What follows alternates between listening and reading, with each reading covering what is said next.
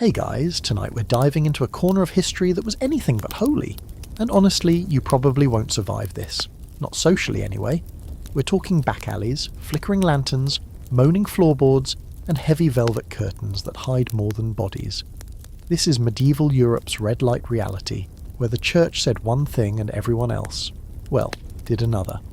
So, before you get comfortable, take a moment to like the video and subscribe, but only if you genuinely enjoy what I do here. Oh, and drop your city and current time in the comments.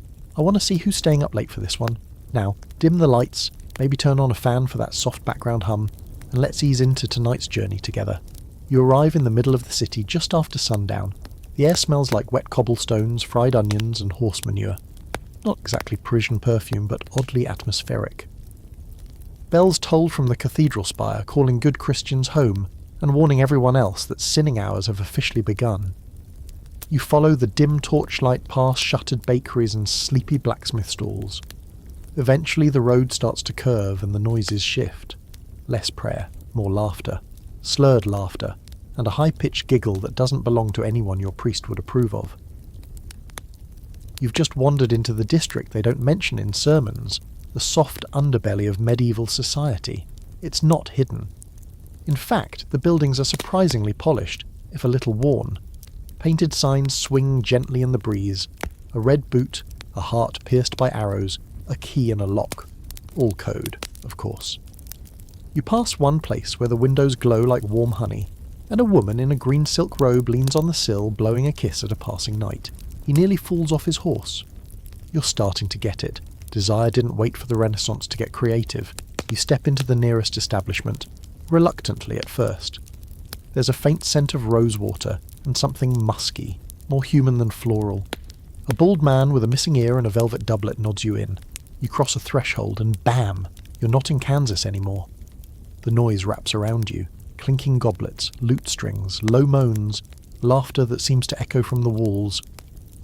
Someone's reading a love poem in Latin to a woman who's definitely not here for the literature. The layout's surprisingly elegant, at least for a place technically illegal in half the kingdoms of Europe. Velvet curtains, separate alcoves, candles glow in coloured glass holders. You notice murals on the ceiling, little cupids chasing each other with garlands of what looks suspiciously like sausage links. Classy, you're not alone here. There's a monk at the back, still in his robes, gripping a tankard like it's the Holy Grail. A pair of merchants haggle loudly with a woman wearing a red wig and a fake noble accent. The staff? Let's just say they know their roles.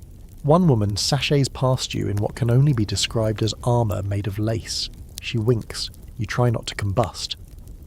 And here's the kicker. This place is thriving. While the church preaches abstinence, the people in here are doing mental gymnastics that would make a theologian weep. Everyone knows what's happening. Some bishops even collect taxes from these establishments. It's not technically sanctioned, but if you grease the right palms, suddenly the sin becomes tolerable, especially when the city's broke and the brothels are flush with coin. You're led to a booth by a woman named Clarice. She's sharp, smells of cloves and sarcasm. You ask her how this place survives when it's supposed to be condemned. She just laughs, tossing her curls. Because men who write laws come here too, she says, pouring wine. They just call it penance afterward. There's a certain irony here. The brothels were often located just outside church grounds, close enough for priests to visit under the guise of charity or moral outreach. In some towns, the church literally owned the buildings that housed these operations, collecting rent while condemning the very acts within. In Avignon, the papal seat, brothels flourished in the literal shadow of the cathedral.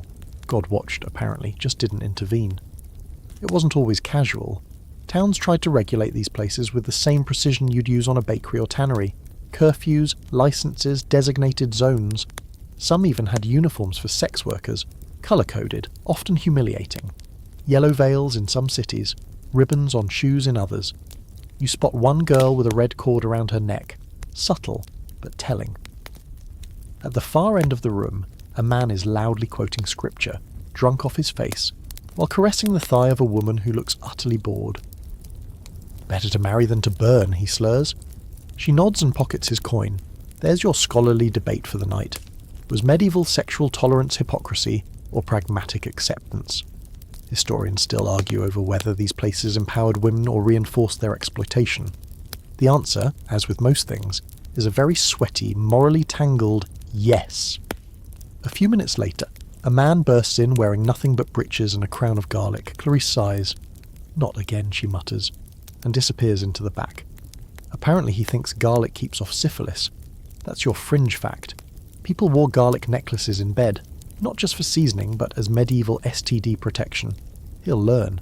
As you sip wine and soak in the chaos, you realise something uncomfortable. This isn't just a place of lust. It's a mirror. It shows you exactly what society tries to hide. The tension between law and longing, between holy decree and sweaty reality. The brothel isn't just a place. It's the secret heartbeat of the city. And you're not just visiting. You're about to be dragged into its rhythms. You wake up the next morning not in a bed, but in a hay-stuffed bench behind the brothel kitchen, with a chicken pecking near your boot. Clarice finds you before the rooster does. She smirks, hands you a damp cloth and a chunk of bread. "Don't look so guilty," she says. "You didn't do anything scandalous. Just asked too many questions and drank like a monk on holiday." She helps you back inside, and by daylight the place is transformed. No candles, no costumes, just women scrubbing floors, men tallying coin, and a scent of yeast and sweat clinging to the tapestries. It looks less like a den of sin and more like a surprisingly well-run boarding house, or a theatre after curtain call. But as the city wakes, so does the tension between this little world and the one ruled by church bells and civic codes. You step outside, blinking into the grey morning, and that's when you really notice it. The cathedral, towering above the rooftops just 2 blocks away. Its stone cross casts a long, literal shadow right over the brothel's tiled roof. You stand there a moment, watching as men in long robes file toward the church doors, heads bowed. One even pauses, glancing over his shoulder at your building before hurrying away like he's worried someone saw. And maybe someone did. It turns out this isn't unique. Across medieval Europe, brothels were often built deliberately close to churches. In some cities, brothels were within shouting distance of the cathedral choir, and in others, the church owned the land. Yep, you heard that right. In places like Suffolk, just across the Thames from London, church authorities literally leased brothel space, collected rent, and fined workers who broke rules. The bishop's real estate portfolio included both piety and pleasure, and no one blinked, at least not publicly. You trail behind Clarice as she heads to the local bathhouse to deliver towels. She explains on the way, "You think the church doesn't know? Half the clergy sneak in here for confession. The other half send donations hoping we'll pray for their souls." She stops to lean against a fountain, rolls her eyes. And when the town council needs a new roof for the chapel, guess who they tax first? Here's the rub. While the church was officially anti-sex outside marriage, it was also obsessed with controlling it, not erasing it. Because desire, they figured, was inevitable. Better to confine it to brothels than let it leak into noble homes, noble daughters, or, God forbid, nunneries. So brothels became unofficial pressure valves, tolerated, even managed. You're told about the Magdalene houses, church-run institutions that supposedly helped fallen women repent and return to grace. Sometimes they really did. Other times they just ran parallel operations. There are whispered rumours that one such house in Cologne had secret tunnels connecting it to the bishop's estate. Maybe apocryphal, maybe not. But plenty of records show that priests, monks and friars were frequent patrons despite their vows. One confessor reportedly paid for absolution by, well, making sure the madam's rent was paid on time. And here's the thing you didn't expect. Not all the women hated it. Some did, absolutely. Many were trafficked, desperate, or simply out of options. But some? They figured out how to work the system. A clever, charismatic madam could make more than a tradesman. Own property, protect her workers, bribe a guard, influence a judge. The church scorned them publicly, but often deferred to them privately. After all, a brothel with rules was safer than chaos in the streets. You stop at a crossroads as a preacher begins yelling from a barrel. "Turn from sin, turn from fornication," he shouts, shaking a scroll so violently it rips. A crowd gathers. Clarice watches, bored. "He rents a room from my cousin," she mutters. "Gets drunk on Tuesdays. Tells me he's just trying to save us." So here's your open debate. Was the church's relationship with brothels hypocrisy, or management? Did they look away because they were weak? or because they understood human nature too well. Some scholars argue that toleration zones were a form of harm reduction, medieval style. Others call it willful blindness coated in holy incense, and the truth? Probably a soggy mix of both, like most things built on guilt and gold. You get curious and decide to follow a bishop for an afternoon. Not in a creepy way, just historical curiosity, right? He walks past the brothel 3 times, stops, adjusts his robes, keeps going. Finally, he ducks into a bakery 2 doors down. From the alley you can see the back door swing open moments later. Guess who slips inside? Our robed friend, vanishing behind the crimson curtain like it's a wardrobe to Narnia. The irony is thick enough to butter bread with, and honestly, it never lets up. You start to see the whole setup for what it is, a tightrope act between fire and forgiveness.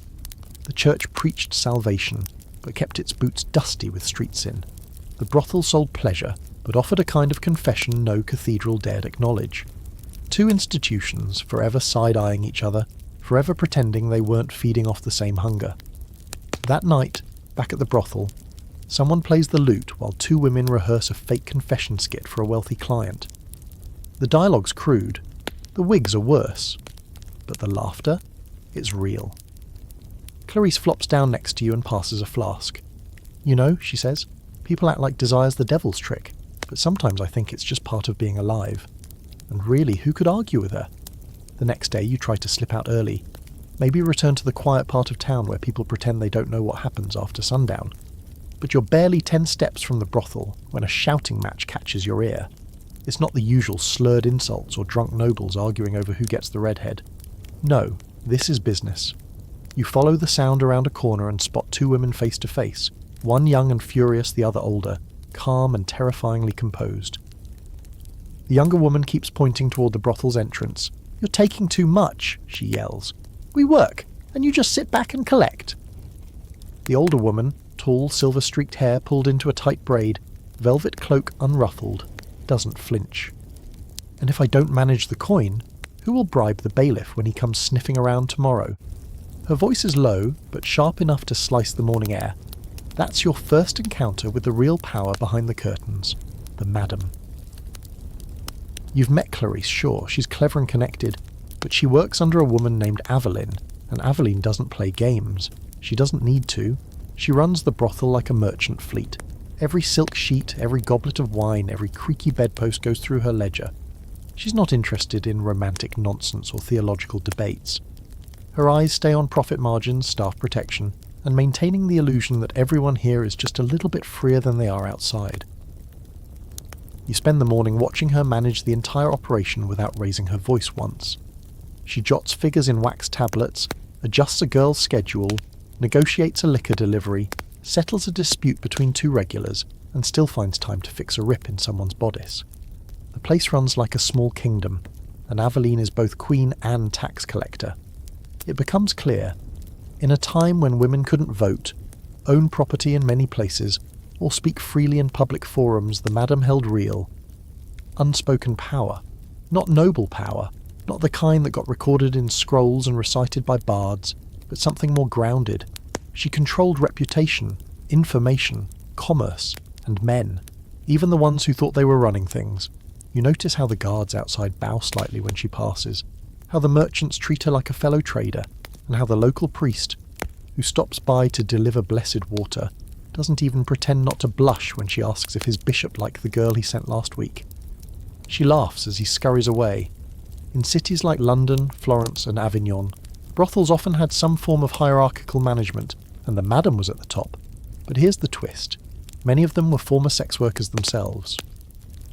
They'd aged out of the business, or decided they'd rather own the house than work in it, and they used what they'd learned to build empires. Some historians argue that madams were among the only medieval women who rose through merit, not marriage. A dangerous meritocracy, maybe, but a meritocracy all the same. Of course, it wasn't all freedom and fringe benefits. Aveline faces pressure from all sides. The city wants her taxes. The church wants her repentance. The noble clients want discretion. And the workers? They want safety, fair wages, and God forbid, occasional time off. She balances it all, walking a tightrope over boiling hypocrisy and social tension. Every coin she takes has guilt stamped on one side and survival on the other. You finally ask her what it's like, really like, to run a brothel in a world where women are either wives, widows, or witches. She raises an eyebrow. It's like being the devil's banker, she says, pouring herself a cup of watered wine. Everyone hates that I exist, until they need me. She shows you a hidden room behind a bookshelf. Inside, documents, ledgers, letters, and blackmail. Oh yeah, she's got receipts, literally. Names, dates, payments, favours, nobles, merchants, even a few monks. If anyone ever tries to shut her down without cutting a deal, she could bring half the town down with her. That's not a threat. That's insurance. Some of the notes are love letters, desperate, sappy, tragic. Men writing to the women who made them feel seen, or pretending they did. Evelyn doesn't judge. She files everything under assets. There's one story she does share, quietly, after most of the staff has gone upstairs for the evening. It's about a girl who rose through the brothel ranks, fell in love with a knight, got promised a wedding, and was abandoned the moment he inherited land. She showed up a week later with a sword, drunk, furious, demanding justice. I gave her a job instead, Aveline says, leaning back in her chair. Now she runs security. Of course she does. There's your scholarly debate tonight. Were madams protectors or exploiters? Depends on the house, the woman, the century. Some ran brothels like businesses with rules, wages and medical care. Others treated workers like property, rented out to the highest bidder. The lines blur. Always. And here's your oddball fact. In certain cities, madams were required by law to be unmarried and past childbearing age, supposedly to prevent temptation. Some wore specific colours to signify their status. Purple cloaks in parts of Italy, red in southern France. Like real-life RPG gear, but with more gossip and fewer dragons.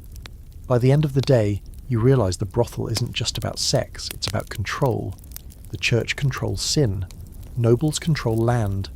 But the madam? She controls secrets. And in a society built on shame and reputation, that makes her more powerful than most barons. As night falls again and the red lanterns flicker to life, Aveline gives one last order to her staff and shuts the book on her lap. You start to understand. She's not just running a business. She's running a kingdom without a throne. The next time you step into the brothel, Clarice waves you into a side parlour and drops something unexpected into your hands. A thin, yellowed scroll labelled Items of Service, House of Lively Grace. It's written in calligraphy, almost holy-looking if you ignore the content. The menu, she says with a smirk, well, the closest thing we've got to one. You'd be surprised what people ask for. And oh boy you are. It starts off basic enough. Bathing in comfort. Simple company, conversational or otherwise. Massage with oil, calf, thigh or back optional. But quickly, things spiral.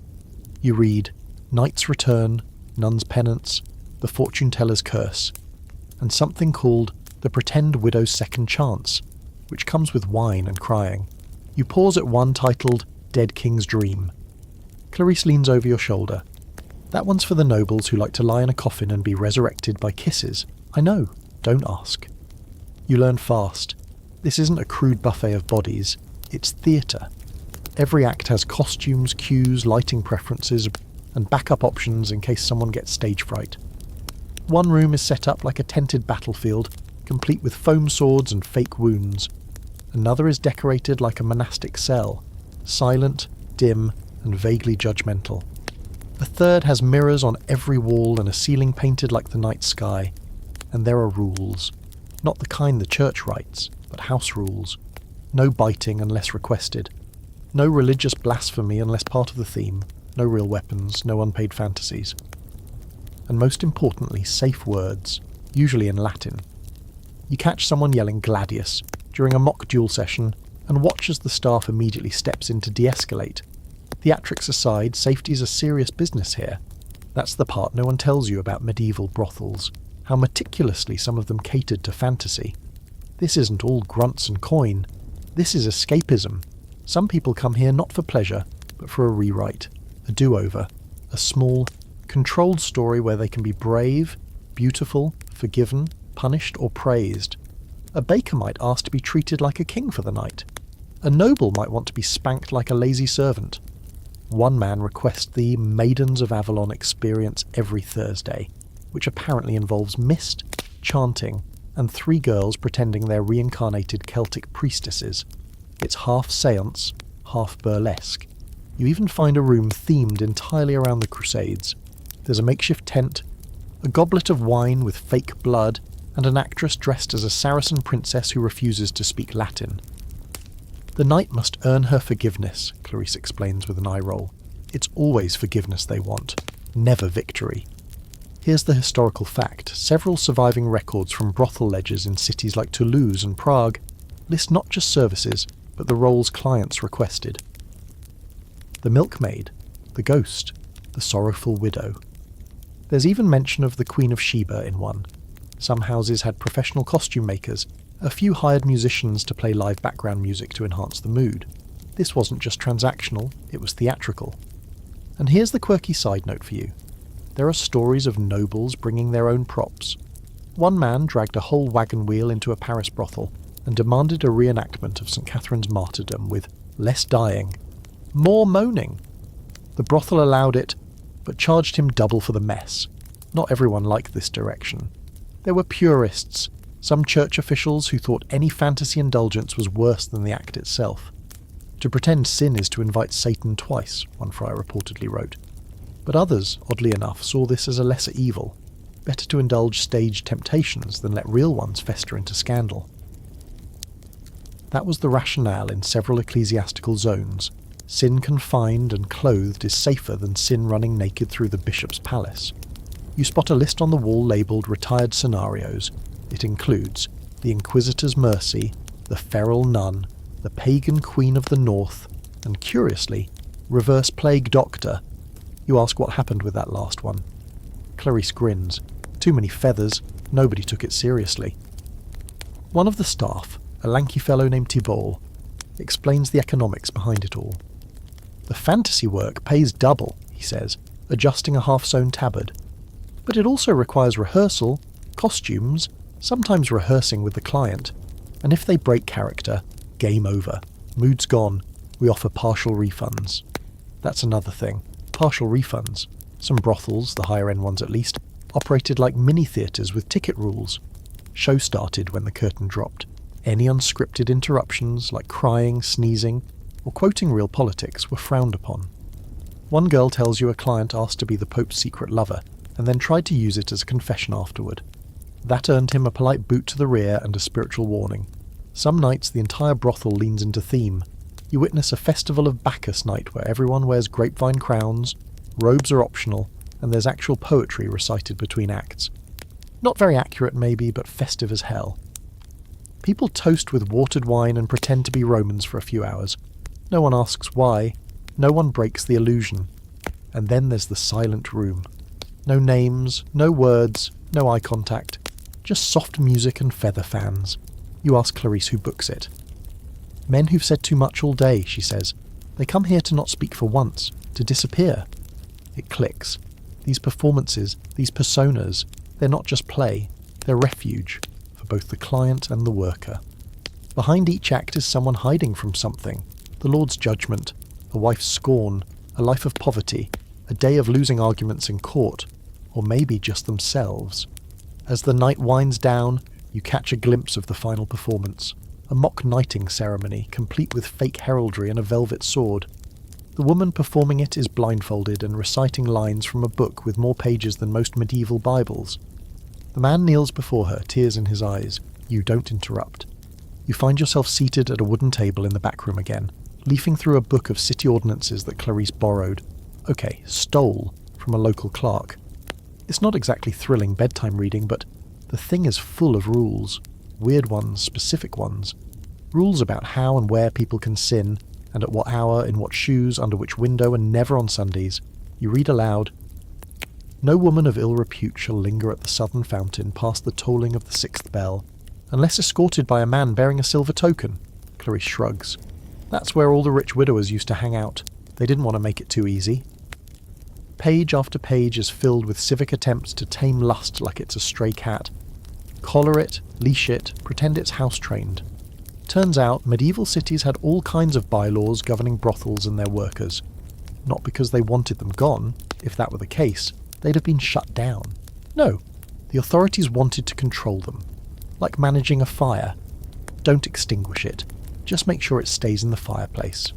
You flip to a section on permitted locations. In this city, brothels were only allowed in low areas, meaning neighbourhoods near the riverbanks, downhill from noble residences, and preferably far from the bishop's private garden. But not too far. After all, you don't want the bishop to actually walk more than 5 minutes to damnation. There's a law stating that brothels can't be within 100 feet of a school. Another insists that no brothel can have more than 2 stories. Why? Apparently someone fell out of an upstairs window during a mermaid roleplay gone wrong. You can't make this stuff up. Actually, someone already did, in legal ink. Here's the historical fact for the night. Many cities issued licenses to brothel owners and required strict adherence to curfews, cleanliness and tax schedules. In Hamburg, there were laws about how loud moaning could be after midnight. In Florence, sex workers had to wear specific garments, often striped or bright yellow, to distinguish them in public. These weren't just moral dictates, they were civic controls, legal choreography for how sin should waltz through the streets, and when things got out of line, there were fines. Fines for working outside allowed hours, fines for stealing clients from competing brothels, fines for serving married men without written consent. Yes, some cities actually required that. Aveline shows you her book of paid penalties: 18 denarii for excessive nudity on stairs, 12 for mocking a priest, and a whopping 30 for seducing the scribe's apprentice mid-sermon. Some cities even employed designated brothel inspectors. That's right. A man, or occasionally a woman, whose job was to knock on doors and make sure everything was running in line with the rules. You imagine someone walking into the dead king's dream scenario and having to ask, "Excuse me, is this coffin regulation width?" One of the workers, Amara, tells you how she once got cited for inappropriate illumination. The candlelight in her room was too red, and therefore deemed morally suggestive. She lights the same candle now and winks at you. Now it's suggestive on purpose. But the rules weren't just about light and sound. They also laid out behaviour, both for workers and for clients. If a man became violent or refused to pay, he could be banned. Not from all brothels, just that one. Others would still welcome him because, capitalism. But sometimes the madams banded together and enforced community-wide bans. You learn that Aveline keeps a book of the damned, a list of men who'll never be welcome again, no matter how fat their purse. And then there were rules for the workers themselves: no public kissing, no dancing in the marketplace, no entering the cathedral unless it was a funeral. One law explicitly forbade them from riding horses. Apparently, a brothel girl once rode past the mayor's house, and he had to explain to his wife why he recognised her saddle. Here's your fringe fact. Some towns issued what they called morality sashes, literal pieces of cloth sex workers had to wear when walking outdoors, usually in garish colours, and often tied diagonally like they were competing in some awful pageant for shame. Yellow, pink, striped or checkered, depending on the region. One place reportedly assigned a different colour for each brothel, like weird little teams in a sin-themed tournament. Of course, these rules weren't enforced evenly. A poor woman caught working independently might be whipped or exiled. A favoured courtesan of a noble? She'd be warned gently, or not at all. You start to realise that the rules were less about morality and more about order. Keep things quiet, keep things in line, keep appearances neat, let people sin, just don't let them flaunt it. And that brings us to the big debate. Were these rules about public health and safety, or were they really about preserving male control and protecting the reputations of the respectable class? Historians argue both sides. Some say the laws provided a framework that actually protected workers from violence and disease. Others say the rules were just lipstick on the pig of exploitation, meant to give an illusion of civility while masking the deeply unequal systems underneath. Aveline puts it plainly. The law only pretends to keep us safe. Really, it just wants to know where we are at all times, so we don't wander into the cathedral or, God forbid, the mayor's dreams. By now, you've sat through enough readings and overheard enough gossip to spot the pattern. Everyone knows the rules, everyone breaks them, everyone pretends otherwise. The strangest part, the brothel itself obeys a set of rules you won't find in any city ledger. Rules of loyalty, of fairness, of quiet vengeance when someone steps too far. There's a code here. Not holy, maybe, but honest. As you leave the room, you hear a familiar argument echoing down the hall. A client forgot his coin pouch. Again. Clarice sighs and waves someone over to retrieve it. There should be a law against that, she mutters. You offer her the ordinance book with a grin. Start a new chapter, you say. She does, with a flourish, in lipstick. You're starting to recognise faces now. Who comes and goes, who works where, who drinks too much, who never says a word. The brothel doesn't just hum with life. It breathes. It has rhythms, habits, personalities. And today, you're invited into the quiet heart of it. Not the parlour or the performance rooms, but the quarters where the women actually live. Clarice leads you upstairs to the dormitory wing. The hallway's narrower, the lighting softer, filtered through stained glass panes that scatter red and blue across the floorboards. There's laundry strung between door frames, chemises, corsets, lace bits that sway slightly when the breeze moves in through the high windows. You wouldn't call it luxurious, but it's cosy, practical, a place meant for recovery, not theatre. You meet 3 women over tea. They're not dressed for clients now. No silk, no makeup, no wigs. Just linen shifts, calloused hands, and the kind of tired eyes that carry more stories than they'll ever tell. One woman, Elodie, pours your tea.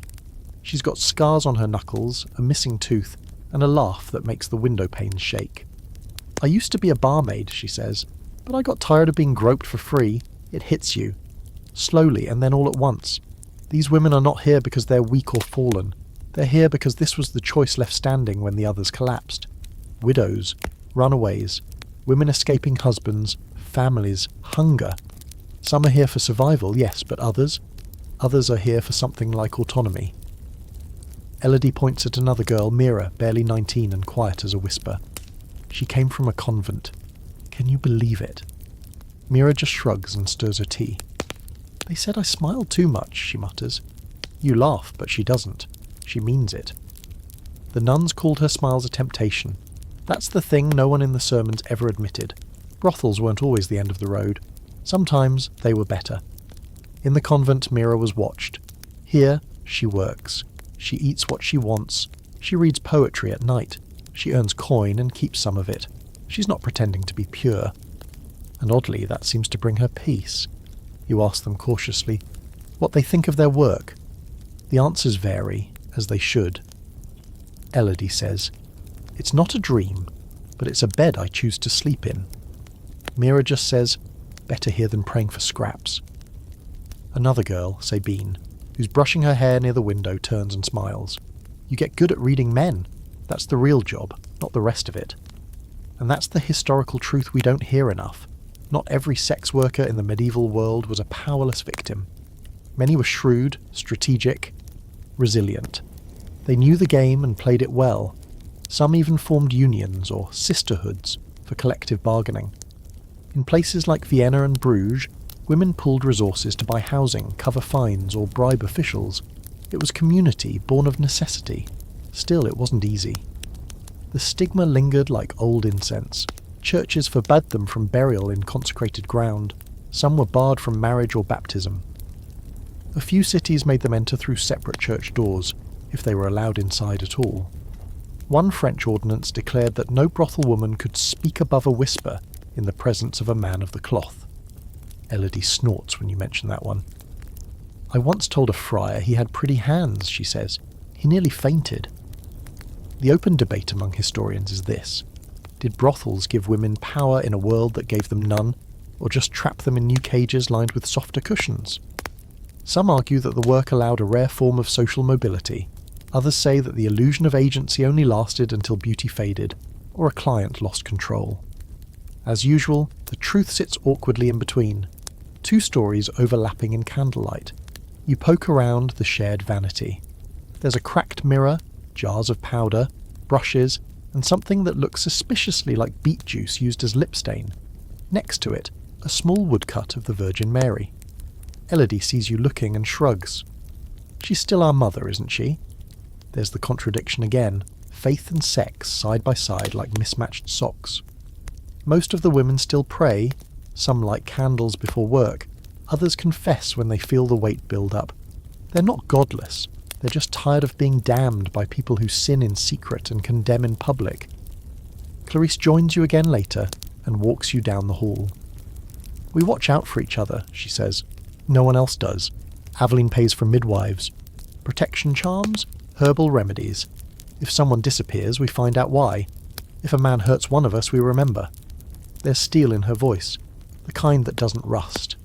You pass a small door painted lavender. It leads to what they call the quiet room, for rest, prayer, reading. No clients ever allowed. Inside you find books, actual books, and small stitched cushions. A worn copy of The Romance of the Rose, a prayer scroll, a collection of riddles. Someone's drawn a heart in the dust on the windowsill. Here's your fringe fact. In some brothels, women hosted story nights among themselves, sharing folklore, dreams, jokes, even ghost tales. In one German town, a chronicler noted that the fallen women gathered every full moon to recite poetry and speak their secret names. Whether that's superstition or some early version of group therapy, you'll never know. But it feels important. As you head back down the stairs, the day winding to a close, you feel it. The layers, the lives, the space carved out of judgment and noise. This isn't just where women survive, it's where they rebuild, where they become. Outside, the bells begin to toll again. Clients will come soon. But up here, there's a moment of peace. A teacup resting on a sill, a whisper of freedom, a smile that no longer needs to be hidden. You wake up to the sound of a heated argument wafting through the open parlour windows. It's not two drunk clients fighting over a favour or a girl giving some fool a verbal slap. It's two priests, robed, red-faced and quoting scripture like it's a rap battle. You peer out and spot them standing in the alley between the brothel and the chapel next door, gesturing wildly with hands that clearly forgot their vows of humility.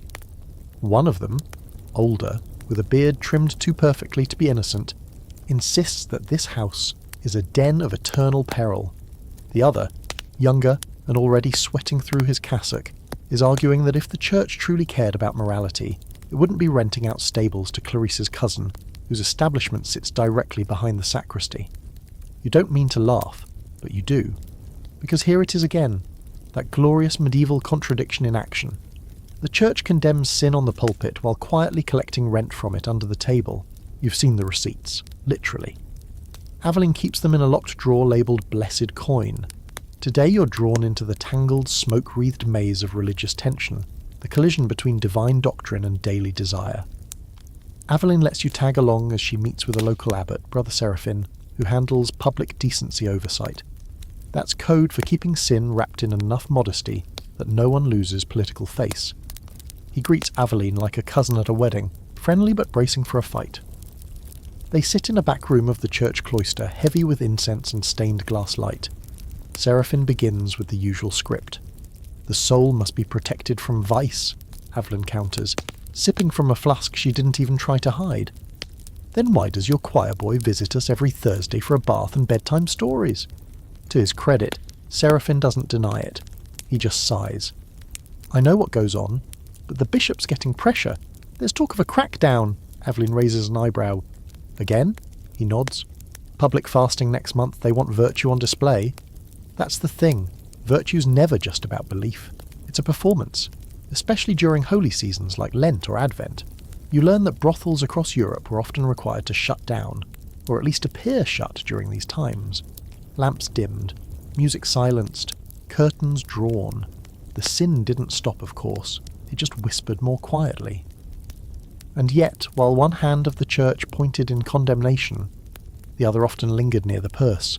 Historical documents show multiple cases of clergy not just visiting brothels but owning them, funding them, or assigning their revenues to charitable projects. In Avignon, one cardinal infamously used brothel tax money to fund a new chapel. That's your factual morsel tonight. Sanctuaries built with the coins of carnal commerce. Still, the hypocrisy wasn't invisible to the people. Sermons raged against the impure, but confessions told another story. One friar you overhear at the tavern tells a tale of being summoned to the house of a wealthy merchant, only to find the man pleading for absolution mid-encounter, a rosary wrapped around his wrist muttering Hail Marys between kisses. It's not rare, it's routine. In fact, brothels were sometimes used by the clergy themselves for spiritual correction. The logic went something like this. Better a man visit a controlled house of sin than seduce a pious virgin or flirt with a nun. If desire must happen, let it happen in the shadows, not in the pews. You talk to Mira again. She tells you a priest once paid her just to listen. He said he felt safe confessing to someone already damned, she whispers. I didn't judge him. He cried afterward. Another girl, Odette, once danced in a private chamber for 3 monks who claimed it was part of temptation resistance training. They were testing themselves, allegedly. Only one passed.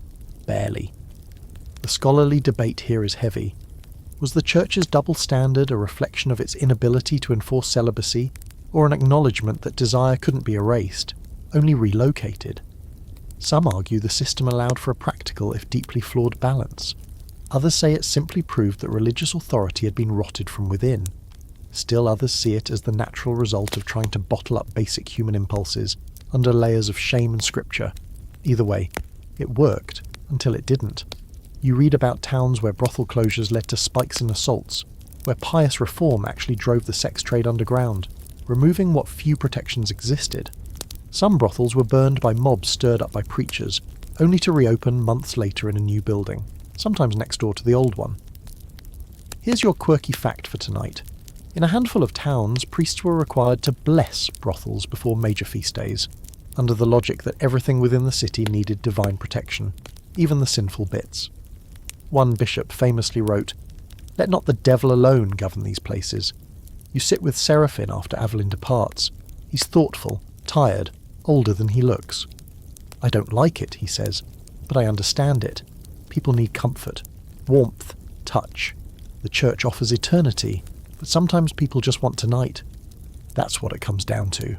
Eternity versus tonight. Doctrine versus desire. You're watching a centuries-old chess game between soul and skin, each move countered with either guilt or grace, and in between, women like Clarice, men like Seraphim, you, just trying to survive the board. As you leave, you pass a stone inscription near the churchyard gate. It reads, "God sees all." Below it, someone scrawled in charcoal, "but forgives selectively." You try to visit the brothel the next evening, but the front doors bolted shut, windows dark, lanterns snuffed out. Even the ever-present doorman, usually snoring or half-reading some dirty verse, is missing from his post. You knock once, twice, nothing. Then you notice the chalked symbol on the doorframe, a simple cross over a crescent moon. You ask a passing cobbler what it means. "Lent," he whispers with a grimace, like the word tastes bitter in his mouth. "Holy days. They're closed. Supposed to be, anyway." And just like that, the great curtain of seasonal virtue drops across the entire city. It's not just the brothel that's quiet. Taverns are shuttered, street performers silenced, even the bakers hold off on their sweeter pastries, because, as Clarice once muttered sarcastically, the Lord's watching your icing intake now. You decide to wander the streets and feel it firsthand, the cold breath of mandatory piety. People walk straighter, talk quieter. There's a lot of muttering about penance and flagellation, and you pass 2 boys whipping each other's backs with little sticks, eyes scrunched in mock holiness. Someone shouts, "God sees," at a woman adjusting her bodice. She doesn't even flinch. The next day, you catch Clarice down at the riverbank washing linens in icy water. She looks over her shoulder and rolls her eyes. Lent again, Avelin's orders. All performances on pause, no wine, no music, no sex, not even pretend sex. She scrubs harder. But we still have to live, don't we? Avelin's working behind the scenes, of course.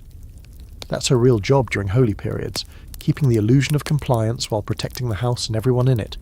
Some girls are sent to temporary lodgings, others work off-script, hosting dinners or reading fortunes. Anything that doesn't involve beds or moaning. It's not a full shutdown, just a tasteful intermission. Here's your historical fact. Many European towns enforced brothel closures during holy seasons, especially Lent and Advent. Laws prohibited sex work from Ash Wednesday until Easter Sunday. In some places, even flirting was considered a violation. Brothels risked fines, public shaming, or, if the church was feeling particularly self-righteous, having their front doors nailed shut. Literally. You've seen the hammer marks, but as always, things weren't so black and white. Aveline explains how business would simply migrate. into rented rooms, barns, back rooms of bakeries. They want to erase us for 40 days, she says, sipping barley tea, so we become smoke, drift under their noses. Still here, still breathing. She shows you a ledger she keeps during these months labelled dry season. In it, alternate services are listed. Reading companions, dancers, scribes for hire. Clarisse offers poetry recitations in full costume. Amara teaches herbal remedies for feminine discomforts. Mira hosts storytelling circles for the wives of merchants who are technically fasting but also technically bored. There's a sort of quiet rebellion humming through it all, a mutual understanding. If you pretend to behave, we'll pretend to believe you. It's theatre layered on theatre. The clients find new routes, the girls change their costumes. And the church? It squints at the shadows and says nothing. You spend one evening in a hidden back room above a fishmonger's stall, temporary headquarters for 2 of the displaced girls. A red velvet curtain hides the beds. Oil lamps flicker gently. They're not working tonight, just sitting in silence sewing new outfits. The room smells like fish guts and lavender. You ask them how they feel about Lent, and one just shrugs. People need to pretend they're better than they are, she says, threading a needle. We give them that. We disappear so they can feel pure. The fringe fact for this chapter. Some towns enforced brothel closures with the help of the local clergy, but secretly provided exceptions for high-ranking officials. In Genoa, documents show certain noblemen received mercy notes from the bishop, allowing them private access for mental relief. That's right, Lenten loopholes, signed by holy hands. The contradiction practically begs for a drink, but even the wine's watered down. You pass a group of priests performing public flagellation in the square, their backs streaked with blood, chanting psalms. A few look suspiciously at you. Maybe they will remember seeing you at the brothel gates. Maybe they were there too. The scholarly debate tonight is this. Did these religious interruptions genuinely reduce desire or just mask it behind better curtains? Some argue that Lent brought moments of true reflection, a chance to recalibrate the soul. Others say it was a bureaucratic pause button, a socially agreed upon delusion that lust could be packed away like winter clothes. You get invited to one of the secret Lenten suppers hosted in a merchant's cellar. No sex, just storytelling, soft music, and a meal so plain it feels more spiritual than sin. There's an odd serenity in the room. Everyone's pretending to be chaste, yes, but also choosing a slower rhythm. For once, the theatre is about silence, about being seen without masks. You find Clarisse there, wearing grey for modesty, her hair braided back. She's laughing softly, playing a lute she borrowed from a bard. Even the church needs rest, she says, nodding toward the flickering candlelight. Desire doesn't die. It just waits. Back at the brothel, the red lanterns remain dark. Avalon walks through the empty parlour like a captain inspecting a docked ship. She touches the curtains, fluffs a cushion, repositions a painting of Venus. The place looks asleep, not dead. Give them their holy days, she mutters. Then we'll welcome them back, with incense, with blush, with open arms and ledgers. She smiles. We know how this dance ends, and so you wait, alongside the silence, alongside the flickering hope of spring, knowing the doors will open again. That lust isn't seasonal. It just slips on a different robe when the bishop walks by. It's a week past Easter when the door finally reopens. No trumpet fanfare, no neon lights flickering back on. Just a single red lamp hung by the brothel's window, swaying in the breeze like it never left. Inside, the air has changed. Not heavier exactly, but hungry. The velvet drapes are freshly brushed, the wine restocked. The scent of clove and rosewater hovers like an old lover. You'd think a great storm had passed. But no, this is just how it always is after Lent. The lights dim again, the masks come back on, and desire crawls out from under its bed of repentance. But tonight's tension isn't just about reopening. It's about a story buzzing through the alleys, a scandal, one that begins, of all places, in the cloistered stillness of a convent. It starts with whispers. A client, nervous, red-eared, half sober, mentions that he's sure he saw one of the women at the brothel wearing a rosary that looks suspiciously like the ones issued to Benedictine nuns. You dismiss it at first, until Clarisse pulls you aside and says, "You might want to stay late tonight. There's going to be a reveal." Sure enough, just after midnight, a woman steps into the parlour, cloaked and veiled, with a confidence that's too deliberate to be natural. She moves like she's rehearsed every step. Aveline watches from her perch at the desk and lifts one eyebrow. "Back again, Sister Julienne?" she asks quietly. The woman flinches but then removes her veil, and there it is, clear as starlight. The closely cropped hair, the thin scar across her temple, and the unmistakable marks of a cloistered nun who's broken at least 15 vows in one night. She isn't a worker, she's a client. "I need someone who doesn't talk," she says, her voice low. "I want the knight's redemption story." But the ending changed. He doesn't get absolution, he begs. Everyone goes still for a second. No judgment, just curiosity. Aveline simply nods and gestures to Clarice, who leads the nun upstairs like it's just another Tuesday. Later, Clarice tells you everything. She's been coming for months, always in disguise, always requests stories where someone begs forgiveness, but never gets it. Then she adds, and she's not the only one. Turns out, convents weren't always the fortresses of chastity they claimed to be.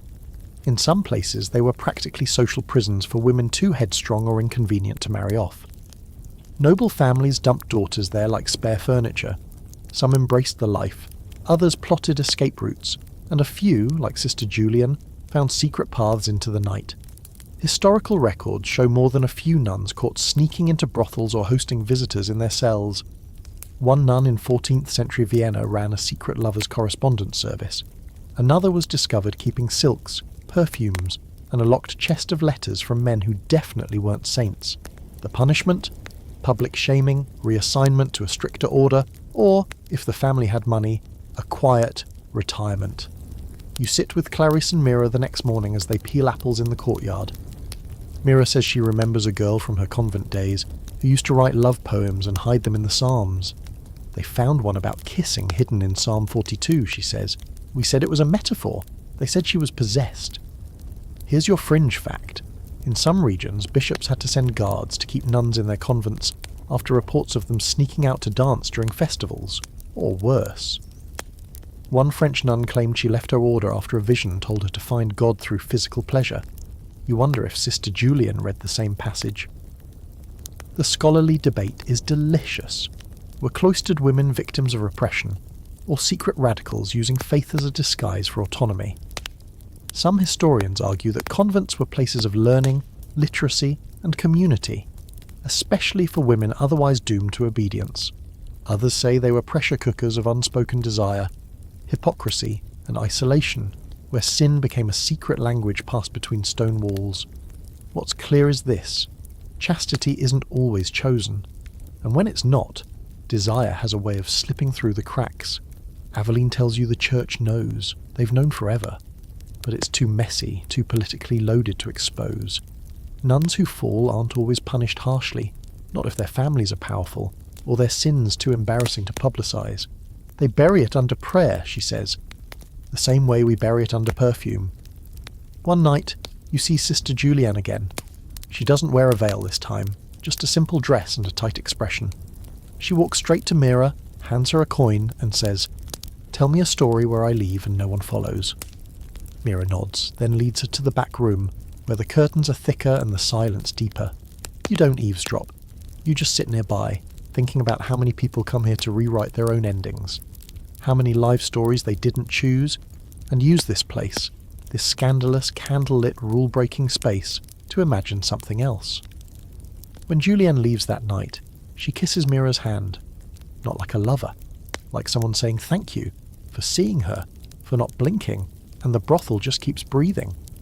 You wake to bells again, but not the steady hum of the cathedral calling sinners to pretend. They're tolling off tempo, sharp, panicked. Down in the street, the noise rolls like thunder, shouting, wheels rattling, a child crying behind a shutter. The air feels different, heavier, sour. You push open the parlour doors and the smell hits you like a brick wall. Rot, sweat, something sickly sweet beneath it all. Clarice is already downstairs, mouth covered by a scarf, eyes wide. "It's here," she says, "the plague." You know the rumours have been building for weeks. Ships from the east arriving with too many dead, rats multiplying like divine punishment. Whispers that God is angry or bored or both. But now it's real. Someone has died 2 streets over. Another is coughing blood in the bakery. A child is being carried through the square in a cart covered in linens you recognise from The Weaver's Daughter. Inside the brothel, the mood curdles fast. Aveline slams the doors shut and locks them from the inside. "No one in, no one out," she says.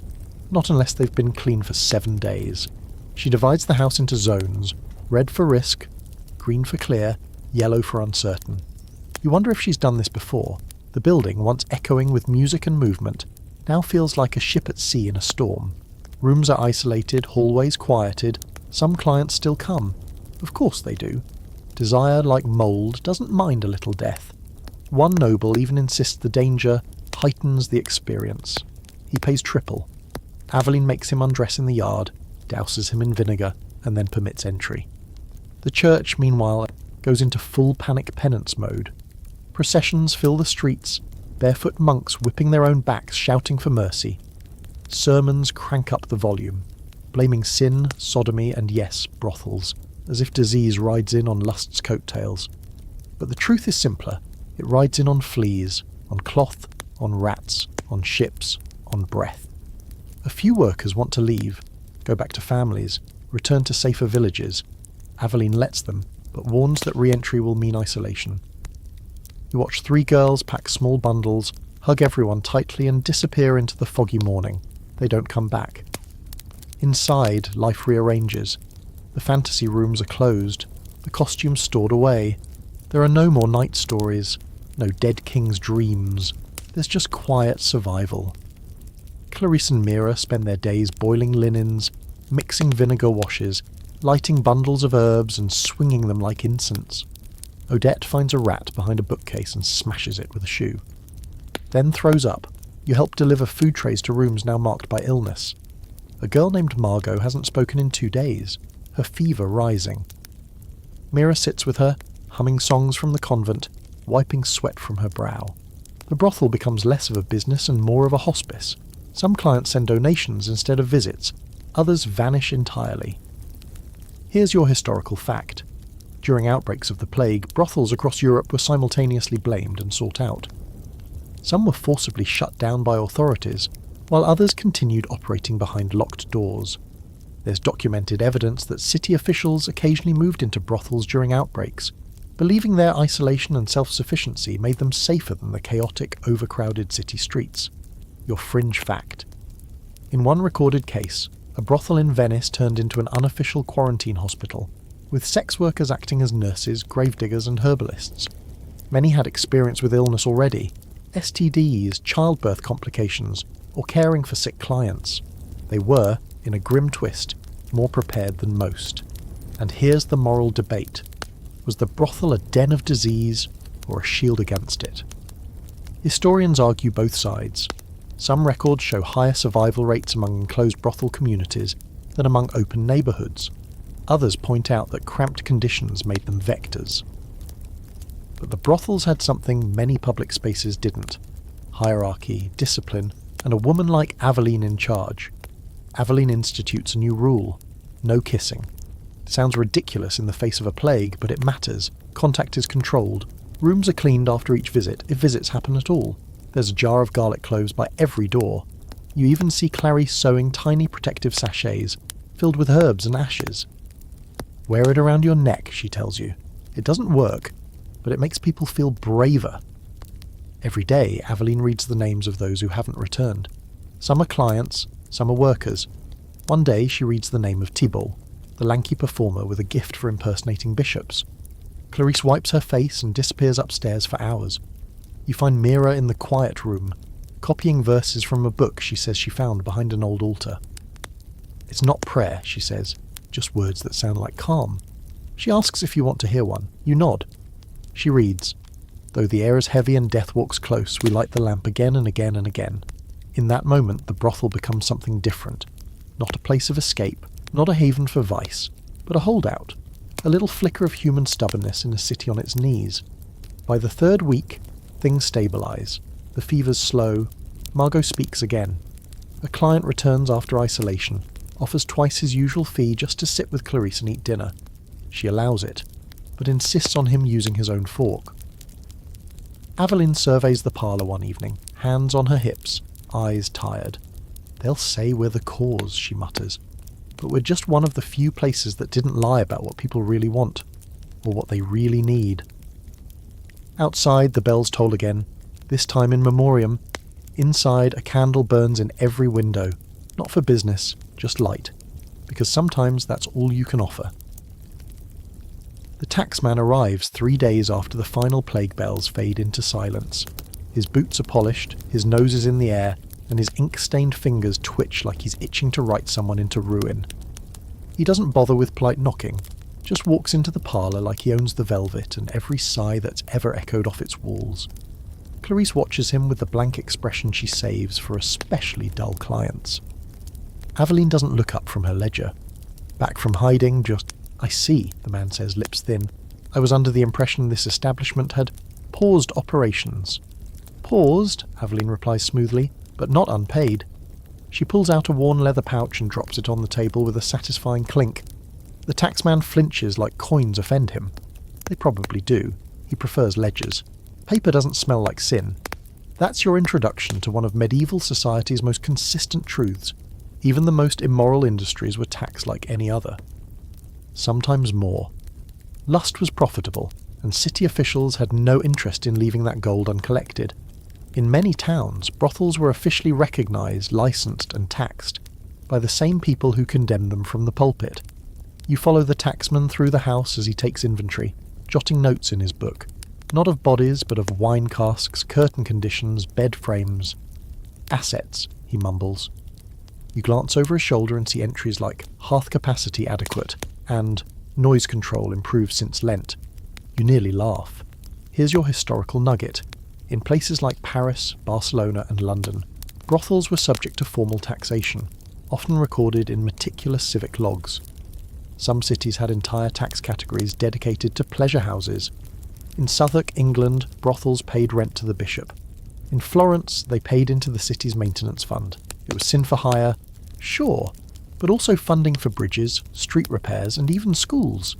Saints above, your child's grammar lessons might have been paid for by someone's extramarital groan. Clarice mutters that the tax rate has gone up again. 2 more denarii per client, she says, shaking her head. They say it's for the plague relief fund, but we were the ones cleaning up the mess while they were hiding in their cellars. You find Aveline later counting out coins into small piles. Wages, repairs, bribes, taxes. One pile is marked Mercy Fund. She sees you looking. For the girls who leave, or want to, she explains, escape takes coin. Freedom does too. There's something brutal about it. How even survival gets a receipt. How healing still comes with a surcharge. Mira says the taxman once tried to charge her for using too much scented oil, claiming it was a business enhancement. You laugh until she shows you the paper. He actually wrote it down. The fringe fact this time, in one Italian city, brothel owners had to submit monthly virtue reports about their workers, complete with fees for public infractions like walking too proudly or speaking too loudly. That's right.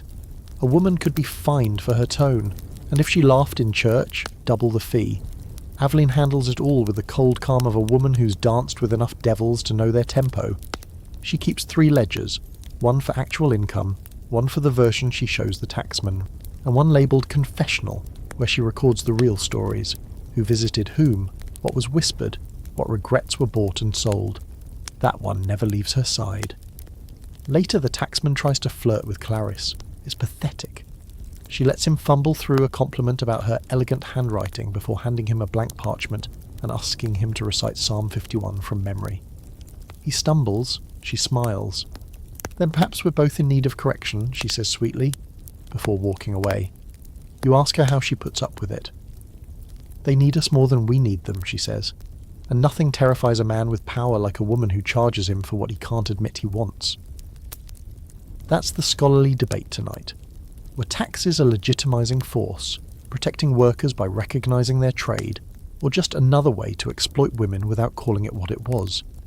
Some argue taxation gave sex workers a legal foothold. Others say it was just moral laundering. Collect the coin, shake the head, pretend your hands stay clean. You meet Odette in the linen room later. She's folding sheets and humming. "You know," she says, "the taxman always looks a little thinner when he leaves." She pulls out a wine bottle with a grin. Evelyn charges him for the tour and he's too embarrassed to refuse. But the coin keeps flowing. The city needs it. The church condemns it. And the brothel, it just keeps handing over denarii while pretending it doesn't mind. After all, what's another bite when you've already been swallowed whole by society's double standards? Evelyn delivers the final tax pouch herself, dressed like a noble widow. Veil, gloves, the works. She doesn't say a word, just lays the pouch on the magistrate's desk, bows, and walks out. The silence in that room is heavier than the gold, and outside the red lamp glows again. You've seen the workers in robes, veils, simple linen shifts, but tonight, Clarice pulls you into the costume chamber, a windowless room near the attic where dreams are stitched, starched, and occasionally sprinkled with glitter. If you're going to understand this place, she says, you need to meet the wardrobe. The door creaks open, and the scent of rose oil, aged leather, and dusted wig powder hits you like a sneeze wrapped in seduction. It looks like chaos at first. Racks and trunks overflow, silks in deep crimson, velvets in ash blue, corsets of every size and shape. Lacy bloomers hang from ceiling hooks like festive garlands. There's a bucket labelled Wigs Noble and another marked Wigs Religious Figures. Clarice points to the latter. Don't ask. Seriously. You run your fingers along the clothing and realise how many identities live here. These aren't costumes, they're characters, scripts, dreams stitched with gold thread and sweat. Some of these dresses have seen more drama than royal courts. Clarice hands you a costume and raises her eyebrows. The Wounded Knight's tunic, she says, popular with masochists and ageing lords, smells like iron and ego. You pass it back. Tonight the girls are prepping for themed performances, not clients, a dress rehearsal for themselves. Aveline lets them host private shows once a month, usually after tax day, when tensions run high and everyone needs to laugh at the absurdity of pretending the brothel is anything but theatre with moaning. One of the performers, Odette, steps out in full Pope regalia, robes, hat, rings, and a knowing smirk. Do I have the right level of spiritual menace? She asks, twirling. Mira enters behind her dressed as a dragon, complete with stitch scales and a paper crown. The skit is called The Saint and the Very Misunderstood Beast. You sit down on a velvet cushion to watch. Here's the thing. The brothel isn't just a place of sex, it's a factory of fantasy. A well-oiled machine for manufacturing illusion, bending reality until the client forgets who they are, or remembers who they want to be. Some come here to become someone else.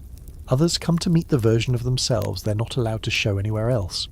Clarice shows you the roll drawer, small boxes labelled with the most requested fantasies. The peasant bride, the lost queen, the male scribe who forgot his vows, the tavern wench with a heart of gold, the widow who bites. Each drawer contains costume pieces, accent notes, and suggested lines. There's even a short guide to improv etiquette. Don't break character unless there's fire, bleeding, or sudden sobbing, it says. That one's underlined. Tonight's rehearsal includes a fan favourite, the Knight's Trial, where the accused warrior must defend his honour against 4 noblewomen who each claim to be his widow. One girl plays all 4, using a wig change and different dialects for each. The room erupts in laughter. Someone throws a silk slipper. Here's your historical fact. In many high-end brothels, especially those in major trade cities like Venice, London and Bruges, roleplay wasn't just common, it was expected. Courtesans trained in theatre, music and multiple languages. Costumes were rented, crafted and catalogued. In some cities, madams hired out-of-work actors to train their staff in delivery and posture. This wasn't just flesh trade, it was immersive art.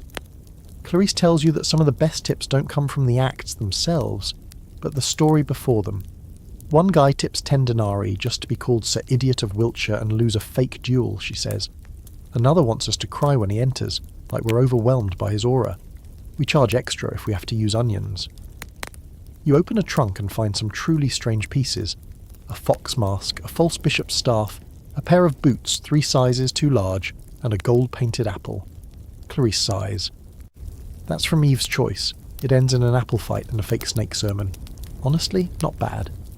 Your fringe fact? In certain Parisian brothels, noblemen were known to request reverse morality tales, where they played the sinner and the woman acted as the voice of divine judgment, chastising, punishing and finally forgiving them, sometimes after a thorough spanking. One bishop was rumoured to have funded an entire Garden of Eden room where guilt and pleasure danced hand in hand. The scholarly debate here is irresistible. Were these fantasies harmless catharsis or reflections of deeper societal repression? Some argue they provided a safe outlet for desires that would have otherwise led to scandal, shame, or worse. Others say they just rehashed the same power dynamics, feeding the egos of men who wanted rebellion served with a side of submission. Maybe both. Probably both. Mira walks over holding a wooden sword. "Do you want a part?" she asks. "We're doing the seduction of Saint Scholastica next. We need someone to play the demon who gets converted." You politely decline, but watching them, it's hard not to feel the warmth of the strange makeshift stage. The safe absurdity of women writing their own script, even if it's with old props and winks. In a world where most stories are written by men in towers or pulpits, this attic becomes a rare place where women get to be gods, monsters, saints, and jesters, all at once. The show ends with a mock coronation. Odette, still in her Pope outfit, crowns Clarice Queen of Sensible Wages and Better Soap. Everyone bows, someone snorts wine through their nose. Later, as the candles burn low and the costumes return to their hooks, you feel it. How much these outfits matter.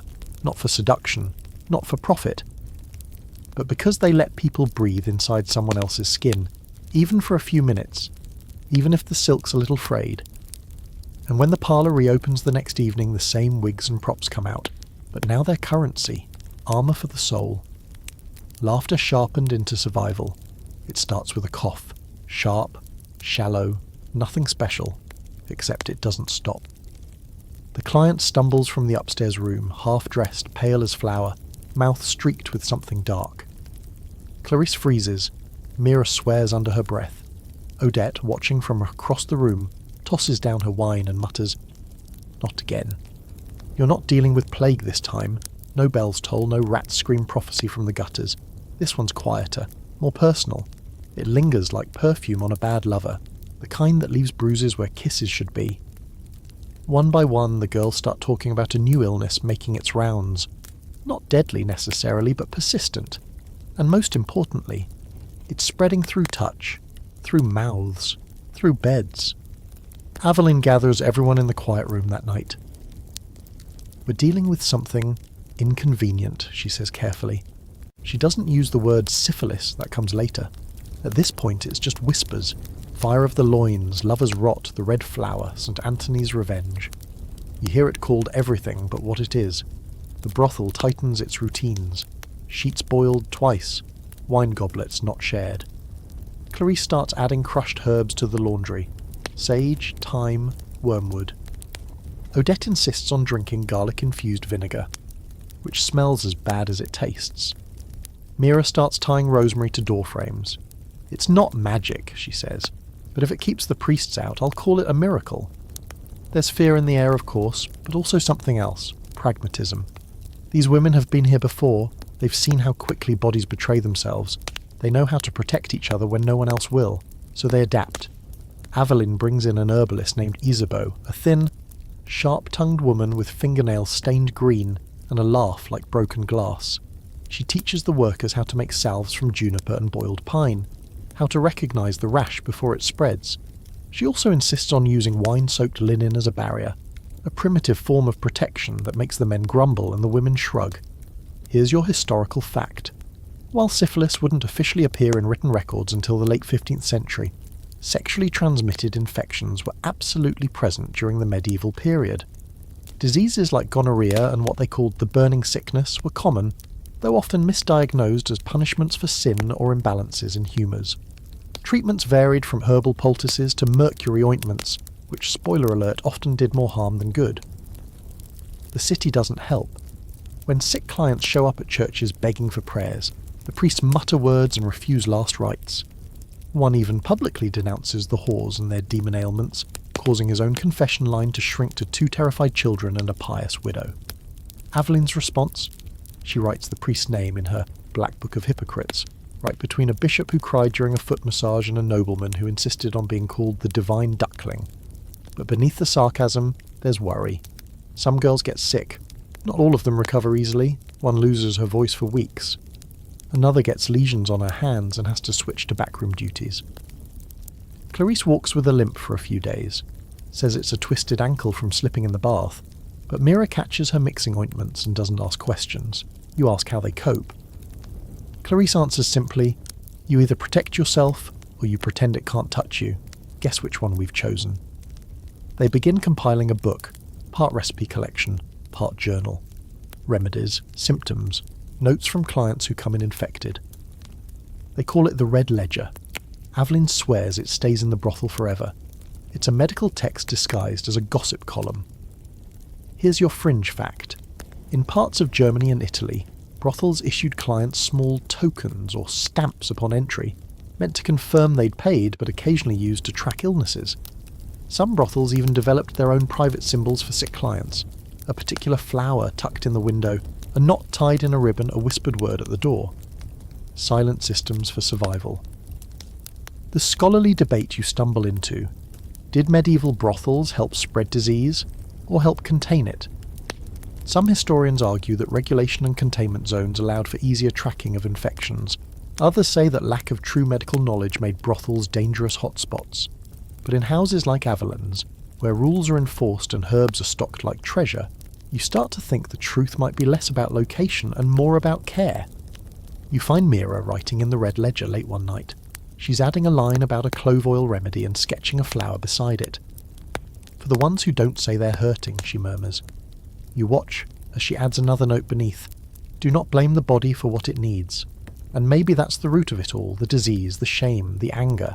It all stems from that one ancient fear, that wanting is dangerous, that to be touched is to be broken. But here in this brothel, among ink-stained hands and boiled linens and whispered remedies, you see something better. Not denial, but defence. Not guilt, but grit. By the end of the week, Isabeau leaves behind jars of salve and a scroll of new recipes. "If they won't teach you medicine," she says, "make your own school." The red lamp flickers as she walks away.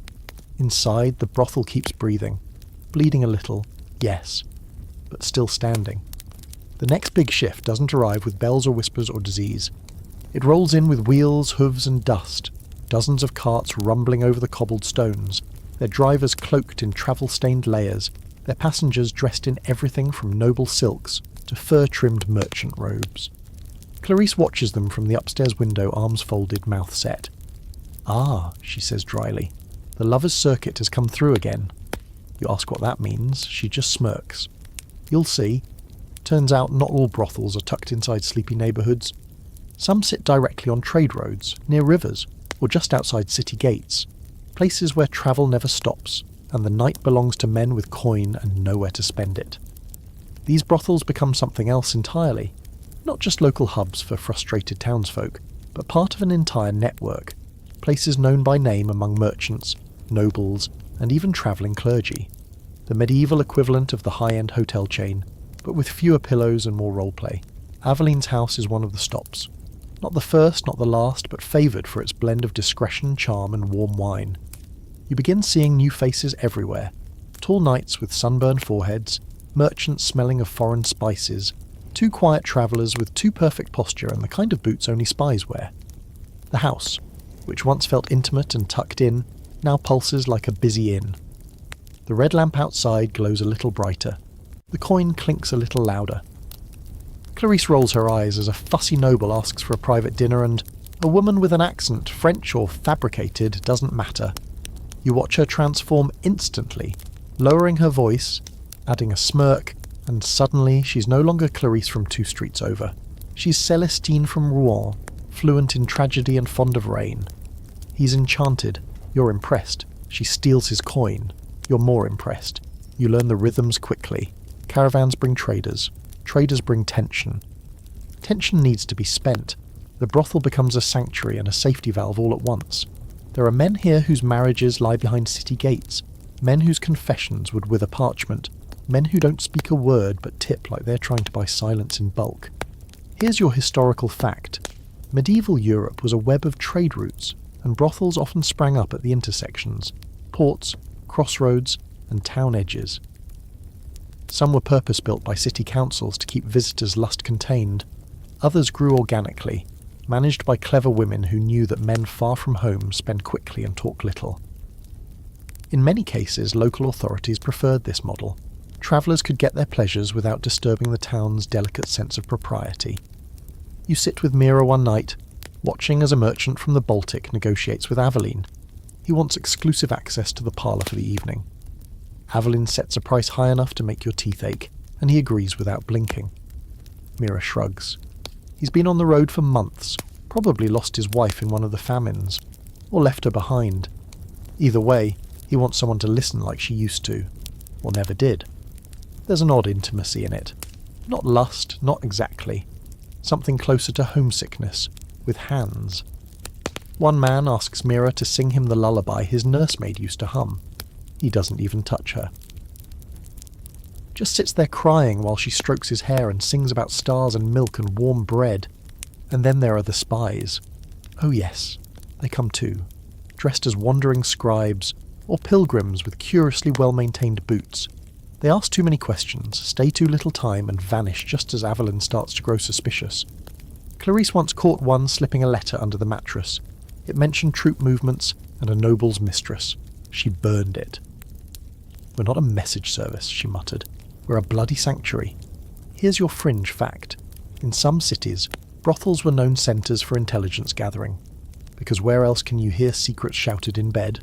Some madames worked as unofficial spies, paid by city officials to report foreign visitors' activities. Others sold information to the highest bidder, sometimes playing kingdoms off each other without leaving the parlour. Espionage and erotica, tangled like lovers in the dark." One afternoon, a woman arrives with one of the travelling carts. Tall, cloaked, confident. She doesn't ask for a room, she asks for a job. Says she worked in brothels from Milan to Marseille. Aveline tests her in 3 ways: conversation, service, and theatre. She passes each with sharp precision. They hire her by nightfall. Her name's Julia. She sews better than anyone in the house and can recite Ovid backward while drinking wine. Odette calls her the travelling brain. Mira just calls her trouble. The scholarly debate here is a big one.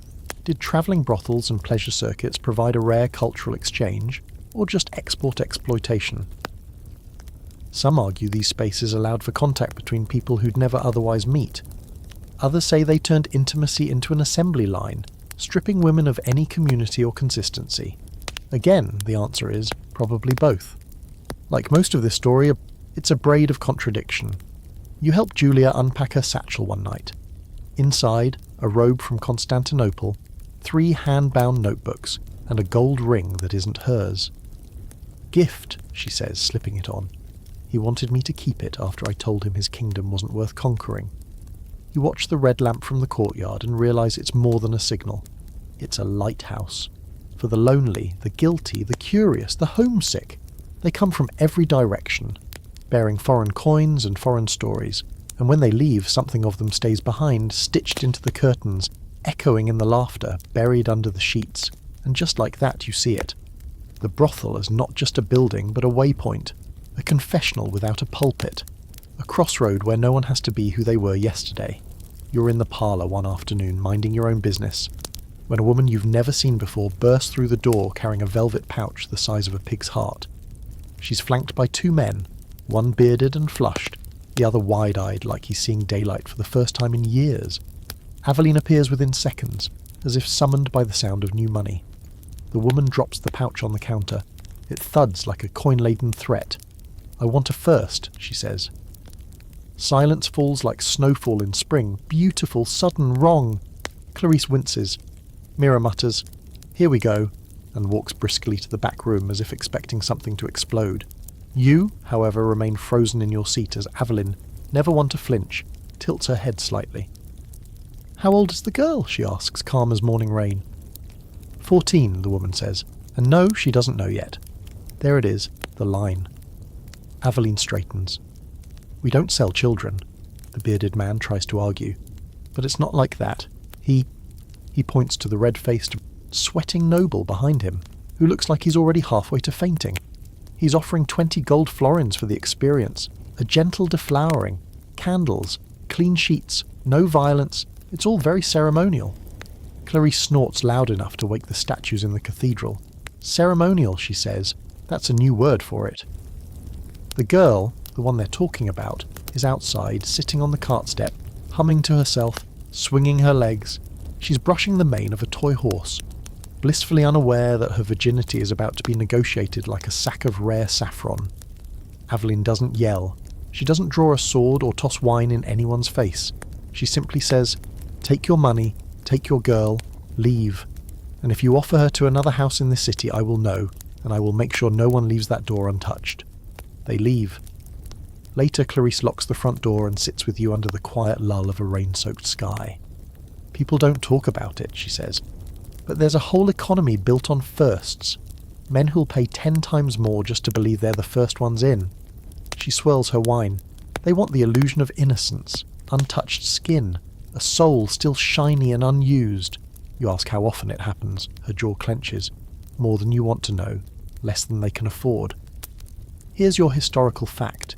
In several parts of medieval Europe, particularly during the late Middle Ages, there existed a fetishized or commercial interest in virginity. Some brothels discreetly sold first-time experiences, though many of these were staged. Clients fooled with fake blood, actors playing bashful virgins, and young-looking but experienced workers wearing innocence like a costume. The church, unsurprisingly, condemned the sale of virginity while also turning a blind eye when the buyer was a wealthy bishop, a landowning lord, or a particularly generous donor to the cathedral's roof fund. But Aveline's house draws a hard line. No girls under 17, no coercion, no exceptions. She even keeps a chart, names, birthdays, entry dates, and a discreet note beside each. Willing, not yet. Asks too often. Watch closely. It's part protection, part insurance, part quiet rebellion against a world that turns purity into a transaction. Here's your fringe fact. In some places, hymen repair was actually a service. Midwives and cunning women offered treatments to mimic virginity, tightening tonics, blood capsules made from sheep's bladder, herbal astringents that left bruises for realism. There's even mention of performers who trained to act shocked, shamed, and amazed, all for the price of a gold coin and a fragile man's ego. Mira tells you a story one evening. A noble once requested her first time 5 different times, across 5 different visits. She played along each time, changed her voice, added a new backstory, even invented a nickname for him to accidentally say in surprise. By the end, she says, he was more in love with the fantasy than with me. The scholarly debate here is thick with anger. Was this fetishization of virginity rooted in spiritual belief, patriarchal power, or just a strange cultural obsession with owning something before it's been opened? Some say it reflects medieval anxieties about bloodlines, inheritance, and paternity. Others argue it was about control, about having a body and a story that no one else had touched. Either way, the consequences were brutal. For the girls, the pressure was suffocating. For the brothels, it meant walking a tightrope between profit and ethics. You notice now how often the word innocent gets thrown around in this place, sometimes as a joke, sometimes like a wound. Clarice once said, "Innocence isn't about what you've done, it's about what men think they can take from you." One afternoon you find Mira helping a younger girl, Camille, sew a new bodice. Camille's not new to the house, but she still walks like she might bolt at any minute. Mira teaches her to walk straighter, louder. If you pretend you've been here a while, they won't ask, she says. And if they don't ask, you don't have to lie. Aveline watches from a distance, arms folded. "We sell fantasy," she murmurs, "but we don't sell childhood. We're not butchers. You ask what happens when other houses don't draw that line. She gives you a look colder than the river in winter. They burn eventually, she says, and no one cries. So the red lamp stays lit, but the doors stay locked to anyone who comes asking for what they don't deserve. And inside, the stories still unfold, full of shadow, yes, but also full of choice. And tonight, you realise something crucial. This isn't just a house of desire, it's a house of boundaries. There's shouting in the street again, but it's not the usual drunken revelry or tax collector tantrum. This time it's something colder, meaner. A man stands in the square holding a woman by the wrist. He's yelling about shame, betrayal, property. The woman, barefoot, face red but dry-eyed, says nothing. You hear him scream, "Whore," once, twice. like it's the only word he knows how to pronounce. The woman isn't from the brothel. She's wearing a dress that suggests housework, not velvet. But you watch as Clarice walks outside anyway, straight into the chaos, arms folded, expression flat. "You done?" she asks. The man rounds on her. "This is my wife," he spits. "She was seen at your house. You're corrupting her." Clarice tilts her head. "If she came to our house, she came for safety. We don't recruit. We rescue." A crowd's gathered now. Some lean out of windows. A few chuckle nervously. But there's tension behind every smirk, every look. Because everyone knows this isn't about one woman. This is about rules. Ownership. What happens when a woman chooses to disobey? Aveline arrives quietly, her boots somehow louder than the yelling. She whispers something to the magistrate, who happens to be watching from across the street, cup in hand. He nods and walks away. The man keeps shouting. No one's listening anymore. Eventually he's escorted off. Not arrested, just removed like a splinter. The woman stands in the square, arms wrapped around herself, and finally starts to cry. Clarice wraps her cloak around the woman's shoulders. "You hungry?" she asks. The woman nods once. That night, the brothel opens its doors to someone who isn't paying, performing, or pretending. Just staying. Safe. You ask Aveline later how often it happens. "Enough," she says. "They come in bruised or starved or just silent. We give them a room, a name if they want one, a bed, a choice. And sometimes a second chance becomes something more. The brothel, for all its scandal and silk, also functions as a strange sort of halfway house. Women who have nowhere else to go, abandoned wives, unwanted daughters, widows with debts, sometimes find their way here not for work but for shelter. Some stay one night, some never leave. Here's your historical fact. Many brothels in the later Middle Ages doubled as informal sanctuaries for women fleeing domestic abuse, rigid religious orders, or arranged marriages gone violently wrong. While it was never official, few cities would publicly acknowledge it, there are scattered records of magistrates, guards, and even churchmen referring desperate women to local madams until arrangements could be made. In other words, they were told to disappear into the one place nobody respectable dared to look too closely.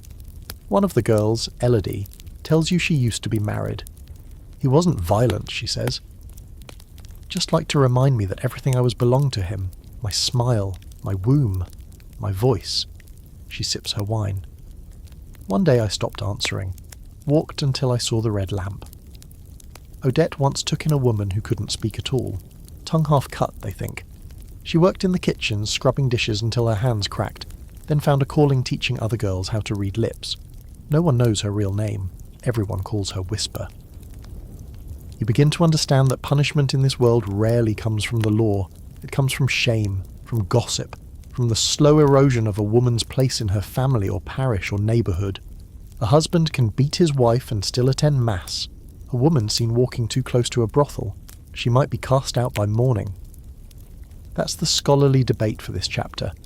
Did brothels empower women by giving them escape routes, or reinforce the idea that any woman who stepped out of line was already tainted? Some argue brothels were spaces of radical autonomy. Others say they merely rebranded the cage, but Aveline's house walks its own tightrope. The women here might be watched, taxed, shamed, but inside these walls they hold the keys. Not always, not perfectly, but enough to matter. And here's your fringe fact. In some cities, it became custom for couples caught in improper relations to be forced into public penance ceremonies. In Toulouse, one couple was paraded through the town with chains of garlic around their necks, symbolising the stink of lust. They were then ordered to marry immediately. Clarisse finds this hilarious. Nothing says eternal love like public humiliation and bulb vegetables. Back in the brothel, the rescued woman sits near the fire, wrapped in a borrowed robe. She hasn't spoken much, but she lets Mira braid her hair. She accepts a bowl of stew, and when Clarisse asks if she wants to stay the night or leave in the morning, she whispers, "Here." No one asks again. That night the brothel is quieter than usual. No music, no skits. Just the soft murmur of pots in the kitchen, the shuffle of slippers on old wood, and one woman learning that survival doesn't have to be loud. You notice a new line added to Aveline's ledger. No payment, guest, check on her tomorrow. And outside, beneath the faded stars and the watchful moon, the red lamp glows on. It's well past midnight when you hear the laughter, light, high-pitched, bouncing off the walls like a melody that forgot to be ashamed. You step into the hallway and find the parlour aglow with candlelight and motion. Clarice leans against the piano, hair pinned in a swirl of golden red, while Mira spins slowly in the centre of the room, dressed in trousers. Not just any trousers. Silk ones, tight at the waist, wide at the thighs, tucked into boots that gleam like oiled secrets. Around her neck is a cravat. On her face, a thin moustache drawn in kohl. Clarice claps her hands. Sir Mireille of the southern shore, ladies and gents. Master of poetry, swordplay, and seduction. Hide your daughters. The room erupts. You watch as another girl, Camille, curtsies low and lifts her chin. If you are a knight, Sir Mireille, then I am a holy woman. Oh, Mira says, deepening her voice into a sultry growl. Then I suppose I'm overdue for confession. More laughter. Not the kind meant for clients, but the kind reserved for each other, for that rare moment when no one's buying anything. You learn quickly, tonight is not for men, not for trade. It's a private evening, one they call switch night. Once a month the workers flip the script, reversing roles, costumes, even names. Women dress as men.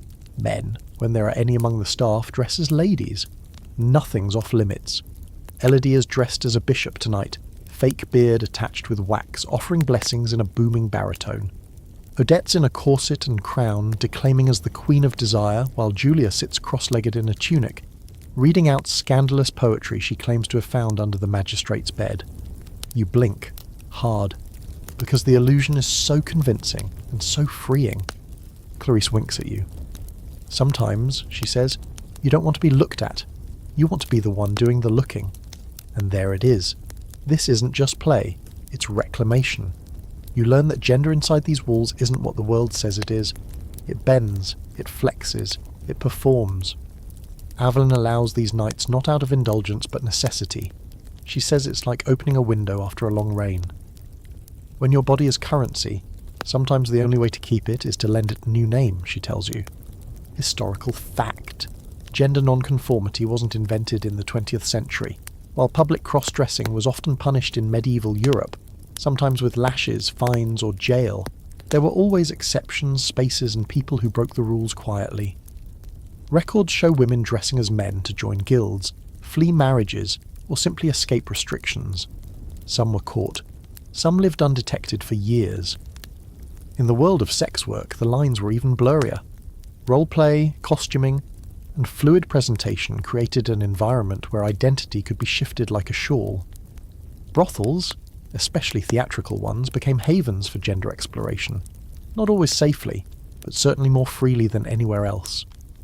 Clarice shares the story of Renee, who arrived at the brothel 3 years ago dressed as a boy, claimed to be a runaway scribe's apprentice. Over time, they shed names like Snakeskin, Renard, Renee, Ray, then just R. They never said what they were, Clarice says, only that they liked how the silence felt when no one assumed anything. R still works at the brothel. You see them sometimes, moving like fog through the hallways, speaking only when necessary, always dressed in black. Clients who request R know the rules. No labels, no questions, no expectations. R plays both roles, or neither. Fringe fact? In 14th century Florence, there were reports of a masquerade brothel operating on the edge of the city, where patrons could choose to dress as men, women, saints, or beasts. Some churchmen accused it of gender heresy. Others visited in disguise. You hear murmurs of similar houses across Europe, places where rules bend, where a woman might become a knight, or a man might pray as a nun, or someone in between could be worshipped as a god. These weren't common, but they existed, like cracks in the social stone. Back in the parlour, Mira is now duelling Camille with a wooden spoon. Julia narrates in a mock French accent. Odette crowns herself again. Laughter ripples across the candlelight like silk on skin. The scholarly debate? It's sharp and ongoing. Some say medieval brothels merely mirrored the rigid gender norms of the day, reinforcing binaries through fantasy. Others argue the space within those walls allowed for experimentation. Dangerous, limited, but real. A few historians believe these places were proto-queer spaces, where identity could be rehearsed before it had a name. As always, there's no neat answer, just echoes. Evidence in ink smudges and costumes worn thin. You find yourself watching Mira closely. She doesn't move like she's pretending to be a man. She moves like she is one, or like she's both, or neither. Her smile's the same, but her posture's changed. Broader, bolder.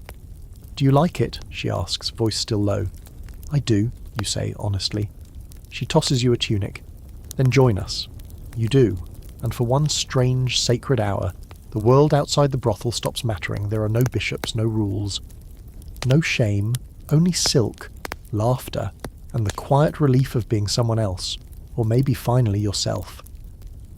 When the candles go out and the heels come off, Mira sits beside you, still half in costume. "It's not always like this," she says. "I know. But tonight," she says, "we remember what's ours. Our names, our shapes, our joy."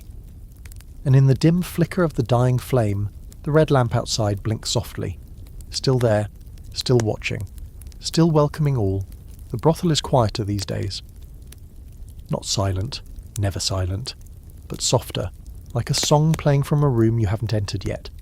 You notice fewer clients, more staff-only dinners. The performances have calmed. Even Clarice, usually brimming with fire, speaks in a lower register, like she's saving her energy. At first you think it's a phase, a natural lull after the rush of traders and travelling lovers, but then Mira tells you, someone's hiding here. Again. "She showed up with bruises and no shoes," Mira says as she folds linens in the sun-warmed yard. "Didn't say a word, just stood there until Aveline opened the door." You meet the woman a few nights later. She doesn't look like she belongs here, not in the usual sense.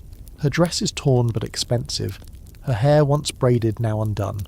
Her eyes are wary, her hands constantly fidgeting with the sleeve of an oversized robe Clarice loaned her.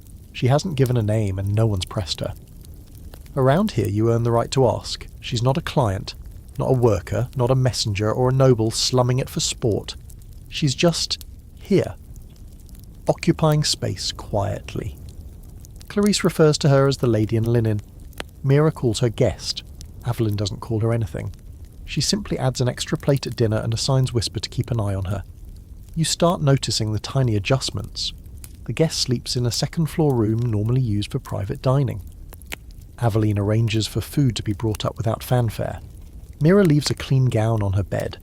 Clarice, who barely shares wine with nobles she likes, offers the woman her own comb. No questions, no conditions. That's when it hits you. The brothel isn't just a haven for desire, it's a refuge, a last stop for women who have nowhere left to run. Historical records hint at this role.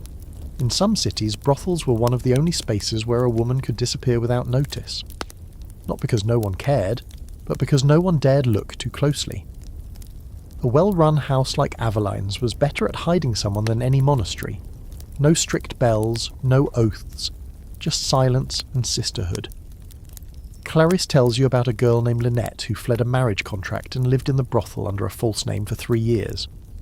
Her fiancé was a knight, Clarice says, slicing an apple. She didn't want to marry someone who saw his sword as a mirror. You ask what happened to her. She left, Clarice says, bought a boat ticket with her savings, sent us a letter from Constantinople. She bites into the apple and grins, said she was learning to fence. And here's your fringe fact. In certain regions, brothels operated with their own internal codes of justice. If a woman came in claiming abuse, the madam might send a warning to the offender, a quiet message, delivered with wine or through a whisper in the market. If that failed, there were other ways. Bribes, threats. Anonymously paid fines that led to surprise inspections. Aveline's little empire includes more than beds and velvet. It includes watchers, whispers, favours owed. The scholarly debate here runs hot. Were brothels truly protective spaces, or just exploiting the vulnerable in new ways? Some historians argue that madams provided rare autonomy and shelter. Others say the kindness came at a price. Coin, loyalty, silence, and sometimes, yes, all three. But the women in Aveline's house speak of it like choosing the lesser wolf, one that still has teeth, but shares the meat. Back upstairs, the woman begins to speak. Not much, just a few words over tea. Clarice learns her name first, Isabeau. Mira learns the rest. Isabeau was married to a local official, rich, connected, charming in public. Behind closed doors, not so much. He liked to collect things, she whispers. Trophies, bruises. Obedience. One night she ran barefoot from their manor after he broke her lute. Not her arm, he'd done that before, but the lute. Her only possession that was truly hers. That was the last string, she says. It wasn't the pain, she explains. It was that he didn't think it mattered. That night, Clarisse tunes her own lute and hands it over. Isabeau plays quietly for hours. No one interrupts. Here's your historical fact. While battered women had few formal options for escape in the medieval world, informal networks often kept them alive. Female religious houses sometimes took them in, though usually with rigid rules. In contrast, brothels, particularly those not under strict civic control, could offer shelter without sermons. The trade-off? Anonymity and invisibility. But for many, that was a gift. Aveline checks in with her once, just once. She asks if Isabeau wants to stay, go, or disappear altogether. Isabeau doesn't answer right away. But 2 nights later she comes downstairs in a borrowed dress and sits with the other girls at supper. She laughs at Odette's joke about a monk, a cabbage, and a confession gone wrong. She even shares a story of her own, something about dropping a glass of wine into a noble's lap during a banquet and pretending it was a holy vision. The girls howl. She doesn't take clients, not yet. Maybe not ever. Aveline says that's fine. She plays music in the parlour now during dinners for the staff. Sometimes for the guests who don't know what they need until they hear a familiar tune played just right. One evening you find her on the balcony, playing softly as the sun sinks behind the rooftops. Her fingers move like memory, slow, then confident. When she sees you, she nods. I'm not whole, she says, but I'm not his anymore. And below, in the street, a man walks by with a torch, never looking up. The red lamp sways gently in the wind, glowing brighter than the stars. Inside, the women rest. Some sleep, some read, some wait for footsteps on the stairs. But Isabeau just plays, and for once the song is hers. It starts with a laugh, low, slurred, unmistakably clerical. You recognise it the moment you hear it, because you've heard that same breathy wheeze echo through church walls on Sunday mornings and behind confessional screens on feast days. This time, though, it's coming from the corner of the parlour, where a man in half-loosened robes is nursing a bottle of something expensive and wobbling in a chair that's definitely not built for repentance. Clarisse leans on the wall beside you, arms folded, watching him like she's seen this too many times to care anymore. He's early, she says. Usually doesn't start crying until after the 3rd glass. The man in question is Father Lucian, the assistant chaplain from the Northern Quarter. You saw him once giving a sermon about the purity of the soul's chamber. He's now stroking Odette's arm with the same hand he uses to make the sign of the cross. Father Lucien, Aveline says, appearing beside him with all the softness of a padded mallet. You promised to stay upstairs tonight. We agreed.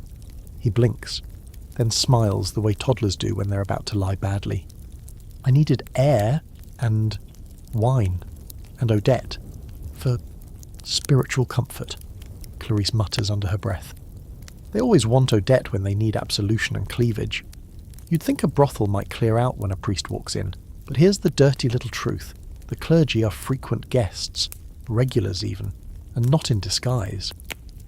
Some enter through the front door, nodding politely, robes brushing against the threshold like it's just another form of drapery. Others knock softly at midnight, palms sweating, eyes darting, already rehearsing their apologies for tomorrow. Here's your historical fact. Despite strict vows of celibacy, many medieval clergymen, priests, monks, friars, even bishops, were known to frequent brothels.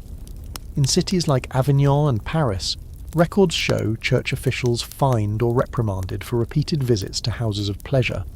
One bishop in England was excommunicated after fathering 4 children by 2 different courtesans. His response? He tried to promote one of them to abbess. The church naturally was scandalised. Aveline doesn't flinch when men of the cloth walk through her door. She charges them the same as anyone else, sometimes more, depending on the mood. She keeps a special book just for their visits, names, dates, favourite scripts, and the exact number of denarii paid. Not for blackmail, she says, for balance. Because here's the irony. These men preach purity and penance by day, then come here for warmth, softness, and the illusion that sin can be delayed until morning. Clarice once had a monk request to be disciplined for the sins he was about to commit, not the ones he'd already done. It's like spiritual layaway, she said. Pay in advance, get guilt later. You ask if anyone ever tries to hide who they are. She laughs. Oh, they try. They change names, wear hoods, use different prayers, but they always forget something. A ring, a phrase, their hands. Priests touch like they're blessing you. You can always tell. Tonight, Father Lucian eventually stumbles to the quiet room where Odette reads him lines from the Song of Songs until he weeps into her lap. She doesn't mock him. She doesn't roll her eyes. She just lets him fall apart quietly, because here, even hypocrisy is granted mercy, at a price. Here's your fringe fact. In one Bavarian town, a local friar was discovered with a brothel's financial records hidden inside his Bible. He claimed he was protecting the community's moral structure by monitoring sin. The church relocated him. The brothel named a cocktail after him, the holy man's collapse. Aveline keeps track not just to protect herself, but to remind the girls. The line between sermon and sin is thinner than incense smoke. They need us, she says, not just for their bodies, for the release of pretending they're not locked inside their own rules. The scholarly debate? Oh, it's juicy. Some argue that the clergy's frequent visits to brothels reveal the impossible nature of celibacy as a blanket rule, especially in an era where even thoughts could damn you.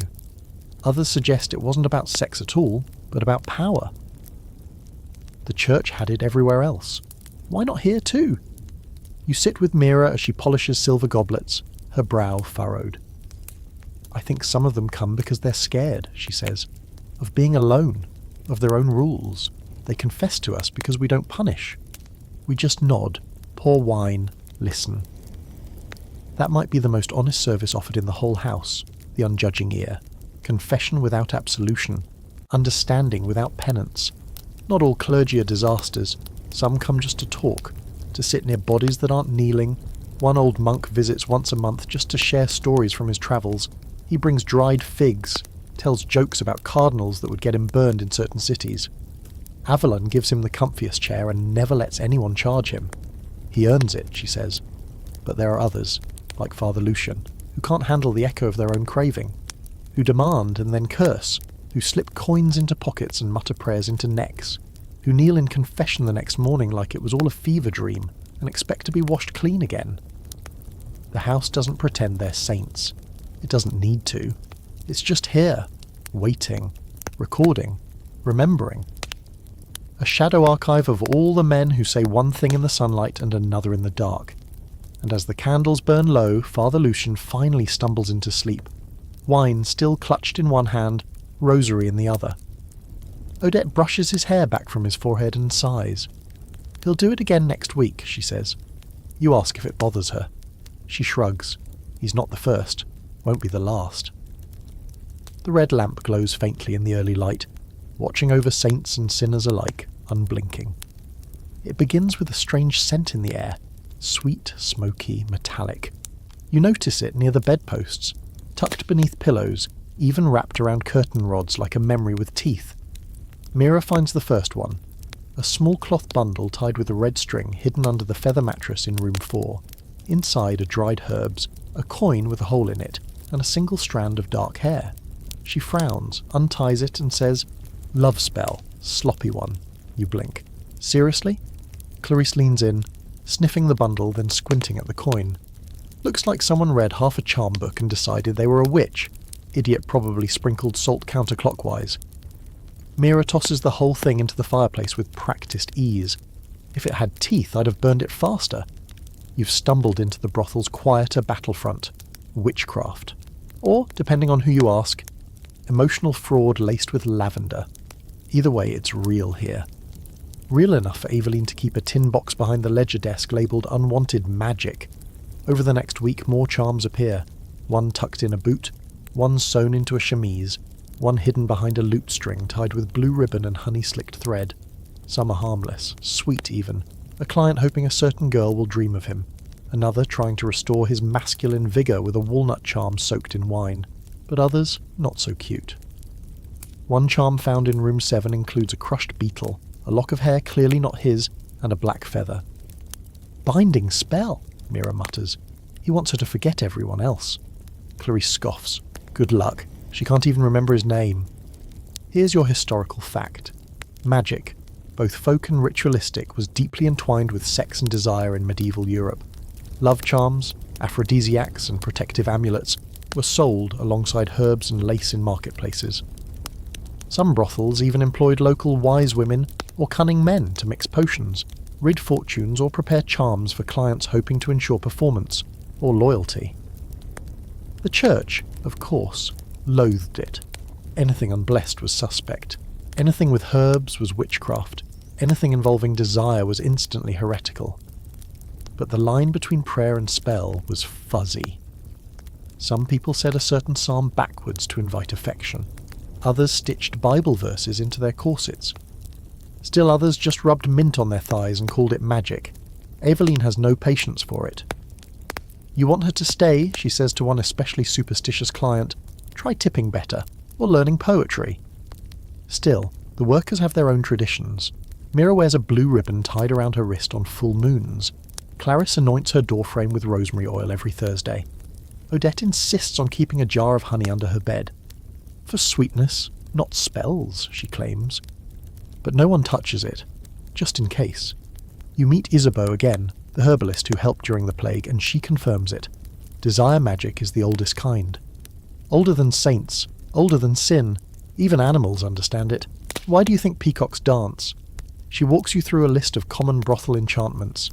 A clove of garlic under the pillow to prevent premature, let's call it departure.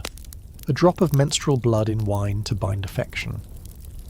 Basil on the windowsill to ward off infidelity. A crushed rose petal in a client's boot for remembrance. Salt circles under the bed for protection, or revenge, depending on how they're drawn. Clarice found one of those last week. The girl drew it wrong, she says. All it did was keep the room cold. Here's your fringe fact.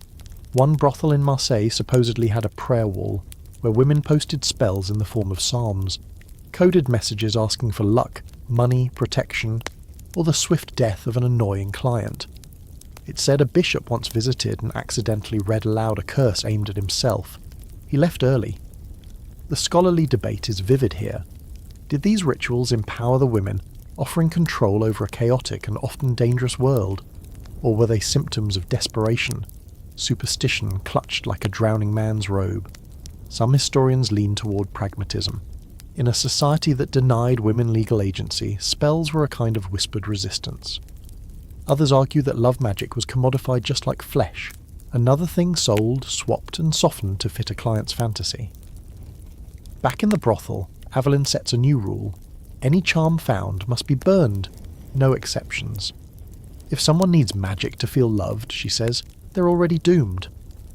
One night Mira finds a charm under her pillow with her own handwriting on it, a spell she wrote months ago, when she was sick with fever and half dreaming of a man who never stayed long enough to learn her real name.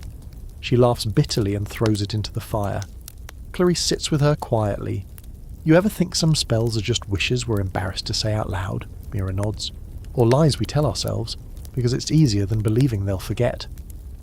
Later that evening, a new client arrives asking for a love binding. Nothing too dark, just effective. Odette smiles sweetly, leads him to the back and spends the entire hour reading poetry about lonely men and smart women. He tips double. She doesn't cast a thing. The magic never leaves, of course. It's in the rose oil, the candlelight, the way Clarice walks like she's already forgiven your worst intentions. But it's not in the charms, not really. It's in the choice. And as the last charm burns, its red string curling into smoke, you look out at the red lamp swaying on its hook, still glowing, still watching. Still immune to spells. The ships come in with the tide, and they bring more than fish, wine, and a dozen sailors with sunburned faces and loud opinions. You see the change before you even hear the new languages, posture shifts, coins with foreign edges, strangers looking at the brothel not with scandal, but curiosity. Port towns do that. They soften the rules, blur the lines. The sea has no bishops. It starts with a girl from the docks, barefoot, bronze-skinned, wearing an anklet that jingles like laughter and a sash that's more colour than cloth. She walks right up to Aveline and speaks in a tongue you don't recognise. Aveline doesn't either, but coins are a universal dialect. When the girl lays out 3 gold pieces and bows her head in silent request, Aveline nods. A room is made ready. Her name, they later learn, is Nura. She doesn't talk much, not because she can't, but because she watches more than she speaks. She's from somewhere past the sea, somewhere with spices thicker than soup and songs with drums louder than church bells. Her back bears 3 tattoos, a wave, a dagger, and a hand. Mira says they're protection symbols. Odette says they're warnings. By the end of the week, Nura isn't just a guest. She's performing. Her dances are different. Fluid, serpentine, eyes sharp like the blade she keeps hidden in her sash. She doesn't do anything, she doesn't choose to. She doesn't play the bashful virgin or the eager maid. She plays goddesses and ghosts. One client calls her a desert enchantress. She takes his coin. Doesn't give him anything else. She starts drawing customers, merchants from the east who recognise her language, sailors who bring silk scraps just to see her smile. One night she sings. None of the staff know the words, but the sound is enough to hush the room. Even Aveline pauses her ledgers to listen. Here's your historical fact. Medieval brothels in port cities like Marseille, Genoa, and Bruges often employed or temporarily hosted women from far-off lands. Traders' daughters, escaped slaves, migrants, and wandering performers. Some were exoticized, others were feared, all were watched. Their presence challenged the narrow cultural box most Europeans lived inside. Suddenly, desire had an accent. The brothel changes subtly. Spices appear in the cooking. Cinnamon, cumin, something like cardamom. Nura trades her own recipes with Isabeau, who is sceptical at first, and then converts fully after tasting a dish called za'atar stew. Odette starts wearing a sash like Nura's, albeit messier. Mira tries henna, and ends up staining 3 pillowcases. Nura doesn't work for Aveline, not exactly. She operates like a guest star, sets her own terms, brings her own silks, accepts only who she wants. Aveline lets it slide. She's good for business, she says, and she scares the bishop. There's a quiet rivalry between Clarisse and Nura at first. Clarisse, sharp and local, all wit and lace. Nura, silent and magnetic, her mystery part of the price. But one night, the two share wine on the rooftop and laugh about a client who asked if either of them could perform an exorcism in bed. After that, they're inseparable. The scholarly debate here is rich and uncomfortable. Were foreign women in brothels empowered by their exotic status or exploited by it? Some historians argue they controlled their image, leveraged their mystery into power. Others point out how easily they were romanticized, racialized, or discarded when novelty wore off. The truth lies in the same place it always does, in who gets to choose. One sailor asks Nura if she worships the real god. She laughs once and says, "Which one?" Then she dances for him in a way that makes him drop his cup. Fringe fact for you. In one 14th century brothel near Constantinople, women from 3 different continents worked side by side. The house had menus in 5 languages and used coloured lanterns to indicate which services were available. One noble famously said it was the most sinful museum in the world. Back in Aveline's house, Nura begins teaching some of the girls her songs. Odette starts learning her language. Mira collects stories from her like gemstones. One tale involves a woman who swam between islands to escape a forced marriage. Another tells of a queen who wore a sword beneath her gown and never married at all. Nura says these with a smile that suggests they're not just stories. Eventually other foreign girls pass through. A girl from the north, pale as moonlight, who dances barefoot in the snow. A woman from the steppe with braids so long they brush the floor. They stay for a time, then leave like fog. But Nura remains. Not always in the parlour, sometimes just in the garden, humming. The brothel learns from her. Shifts around her. New curtains appear in her colours. The house starts serving tea in tiny cups with mint. Aveline doesn't explain the change. She doesn't need to. And as for the church, the sermons grow louder. The priests mutter about foreign corruption. They warn against Eastern temptations, but they come anyway. One even asks Nura to interpret a dream. She says she'll do it if he dances first. He does. Badly. Mira once said the brothel was like a city in miniature. But now it feels like a world. a place where maps blur and languages blend, where desire doesn't wear one face or follow one god. Nura never claims power. She doesn't need to. She walks like someone who's seen the sea swallow men whole, and every night the red lamp glows, not just for the locals anymore, but for anyone who needs warmth in a language they haven't learned yet. You wake one morning to an unfamiliar silence, the kind that creeps under the doorframe like a chill. The parlour is still, the wine jug untouched, the curtain cords unbraided. Even Clarice is pacing, arms folded, biting her lip like she's trying to remember how it feels to be calm. Then you see Aveline standing at the window, her knuckles white against the sill. "They've come," she says. She doesn't need to explain. You already know. Down in the square, a man in a long black robe stands on a wooden crate, arms lifted like wings. His beard is trimmed like a dagger's edge, and his voice carries through the air like thunder trapped in a bottle. Behind him, a group of followers, young, angry, and painfully clean, chant along with every second sentence. They're holding signs. Not painted ones, but parchment scrawled with scripture and judgment. One reads, "Clean the city. Start with the womb. Welcome to the Virginity Police." They're not called that officially, of course. No, the man leading the charge is Brother Theobald, a reformer, here from the capital on a papal commission to investigate the spiritual decay of this region. He's already ordered 3 taverns shut, a theatre burned, and now he's looking directly at the brothel. He won't come today, Aveline says, though her tone suggests more hope than certainty. He'll send letters first, threats, then fines, then, she taps her ledger, visits. By afternoon, the first edict arrives. Rolled parchment, wax-sealed, delivered by a smug boy in spotless boots. The order: all brothels in the district are to close within 1 week. Non-compliance will result in seizure of property, public penance, and potential charges of moral conspiracy. Clarice reads it aloud. Odette throws a cushion at the wall. Mira just sighs. "They'll shut down the house," Clarice says, "and expect all of us to either vanish or reappear in prayer." "They want us poor," Mira adds. "They want us sorry." That night the girls don't work. No clients, no music, just planning. Here's your historical fact. Religious reformers, especially in the late medieval period, often led crusades against public vice. This included brothels, gambling dens, and even bathhouses. Their goal? A moral purification of the city. But what started as sermons often became violent purges.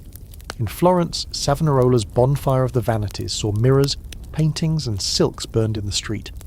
In London, the bishops' whorehouses were closed temporarily by royal decree, though most reopened quietly weeks later. Aveline's not new to this. She's kept copies of every letter she's ever received from the city council. She's paid bribes, made donations, and hosted enough accidental confessions to know where the pressure points are. But this time, it's different. Theobald doesn't want coin. He wants repentance, which is harder to counterfeit. The girls start preparing. Clarice writes mock sermons to perform in secret, complete with exaggerated sobbing and vows of chastity. Odette volunteers to bake abstinence pastries, tiny fig tarts shaped like halos. Mira teaches the others how to sit in church without twitching. "You want to look moved," she says, but not wet-eyed. Tears invite questions. You ask what they'll do if the brothel actually shuts. Aveline is ready. Of course she is. She has a fallback house 2 towns over, smaller, less ornate, but safe. She's made arrangements. Not everyone will go. Some will find other work. Some will marry. Some will disappear back into the cracks they once crawled from. But the house, she says, will not fall without choice. The scholarly debate here is fierce. Did reformers like Theobald truly believe they were cleansing cities, or just flexing political muscle dressed up as virtue? Some say they were fanatics, incapable of nuance. Others argue they were opportunists, using moral outrage as a smokescreen for personal power. The truth, as always, depends on whose taxes they stopped collecting. Meanwhile, the city changes. Shopkeepers glance nervously toward the brothel. The magistrate delays his visit. The local baker won't sell the girls bread, then winks at Mira and says, "God tests us all." A priest who once offered Clarice blessings during pillow talk now delivers a sermon titled "The Rotten Root of Desire" and stares at her the whole time. Here's your fringe fact. In one German town, reformers insisted that tainted women wear bells around their neck so others could avoid them. A week later, every woman in the market showed up wearing bells, even the mayor's wife. The rule was quietly forgotten. Aveline tries diplomacy. She writes to the bishop, framing the brothel as a necessary urban relief valve, quoting scripture with just enough ambiguity to sound reverent.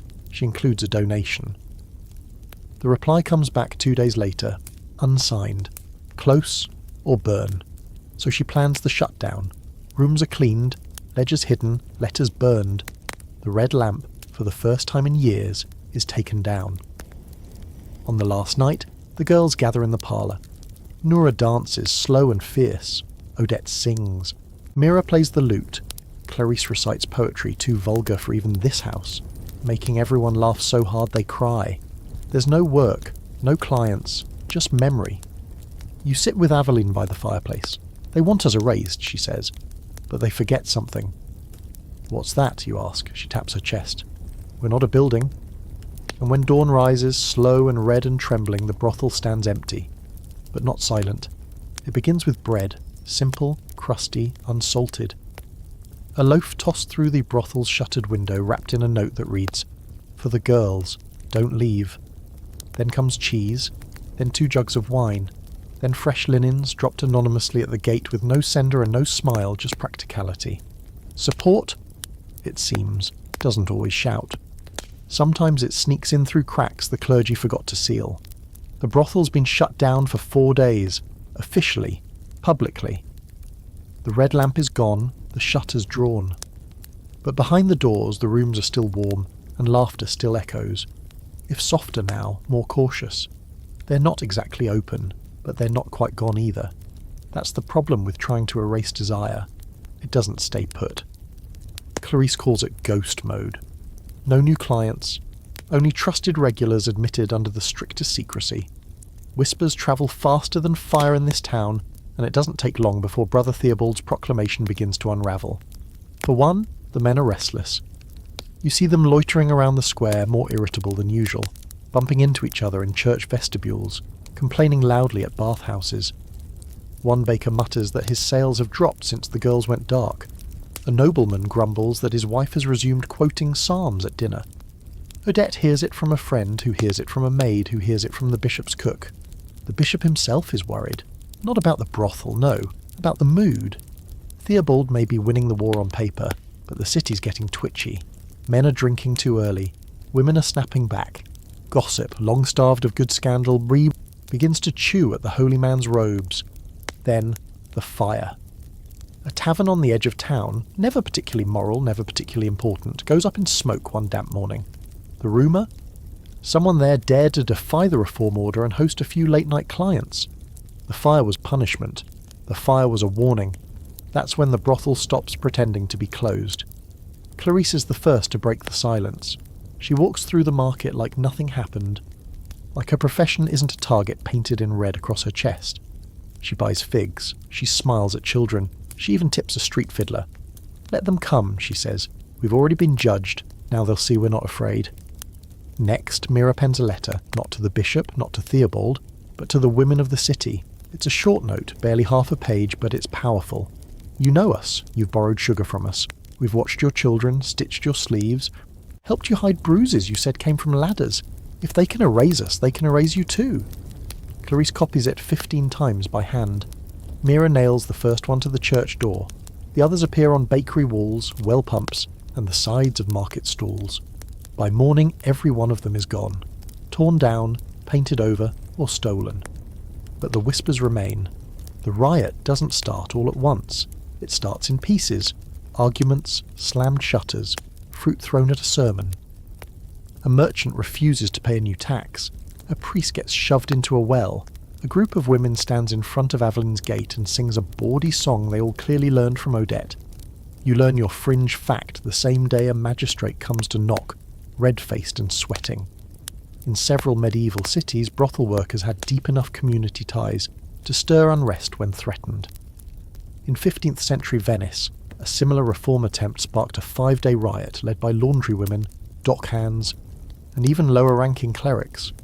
The reformer was exiled. The brothel was never shuttered again. Aveline doesn't celebrate. She's not naive. Backlash can become bloodshed, she says. They'll push harder now. But even she can't suppress a smile when a group of young apprentices sneak past curfew to deliver fresh bread, chanting, "For the girls," and giggling like they've committed holy heresy. By the end of the week, the brothel is unofficially reopened. The red lamp returns, not hanging outside but glowing quietly in a back window like a wink, a signal, a dare. Brother Theobald is furious naturally. He demands arrests. The bishop stalls. The town council, sensing a losing battle, offers a compromise. Reduced hours, no new hires, and a monthly morality inspection, led by someone not wearing a robe and frothing at the mouth. Aveline listens, nods, and agrees to almost none of it. Here's your historical fact. Cities often bent to public pressure when reform backfired. Economic stability, especially through controlled vice, mattered more than doctrinal purity. Civic authorities preferred predictability. And when the alternative was civil unrest or economic drop-off, even the most righteous authorities had a price. The scholarly debate lives in this very tension. Were these moments victories for the people, or proof that nothing changes unless money's involved? Did brothels earn their place through resistance or through profitability, or both? Whatever the reason, the brothel survives. Adjusted, yes. Watched, certainly. But alive. Aveline issues a new rule. Clients now require passwords. Clarice suggests saints and sinners. Mira prefers for the girls. They settle on a simple phrase whispered at the door. I remember. If you don't know it, you don't get in. The final act of defiance. A public feast. Aveline invites the neighbours. Nothing illicit. Just wine, bread, laughter and music. The girls dress as queens and saints. Nora dances. Odette delivers a sermon so lewd it makes a retired bishop choke on his stew. Brother Theobald watches from a distance, too far to stop it, too proud to leave. And as the music rises and the red lamp flickers to life in full view of the square, you feel it again. That sharp, perfect truth. You can silence a house, but not the hunger that built it. It's late, the kind of late that hums. Candlelight has dulled to a blur, and the brothel moves with the slow, sure rhythm of something alive but resting. The air is thick with the scent of rosemary, wax and worn velvet. Somewhere in the back room someone is humming, probably Mira. The song is slow, foreign, and sounds like it belongs to a much older place. A place that had brothels before words for them existed. You sit on the stairs, halfway between the parlour and the hallway of rooms, and realise what you've known for a while now but haven't said out loud. This place is more than a brothel. It's a micro-city. Aveline, ledger in hand, isn't just a madam. She's a mayor, a matriarch, a minister of internal affairs. Her house runs like a state. Every girl has her duties, her corners of responsibility. Odette handles guest charm. Mira oversees linens and inventory. Clarice manages security, which often means listening more than fighting. Nura runs the rituals, birthdays, quiet nights, the occasional tea ceremony no one understands but everyone loves. They have roles, they have ranks, they have in-jokes and grievances and taxes, for heaven's sake. The girls pay into a collective pot for repairs, and in return Aveline waives their fees when they're sick, hurt, or heartbroken. No one gets rich here, Clarice says, but no one gets ruined either. You see it clearer now. This place mirrors the outside world, but flipped. In town, men make the rules and women make do. In here, women make the structure, and men pay to enter it. You learn your historical fact while watching Mira do the weekly accounts.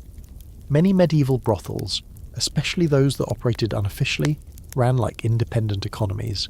They had their own internal currencies, often used token systems, and bartered services like sewing, hair braiding, or singing lessons between workers. Some even pooled savings to bail each other out of fines or help fund travel. These weren't just houses of pleasure, they were support networks, micro-communities, quietly radical. Julia once called it a city made of silk and sharp elbows. Like Rome, Mira joked. Except no emperors, Clarice added. Correction, said Odette. All emperors. Here's your fringe fact. In 15th century Leon, one brothel operated under a dual governance system.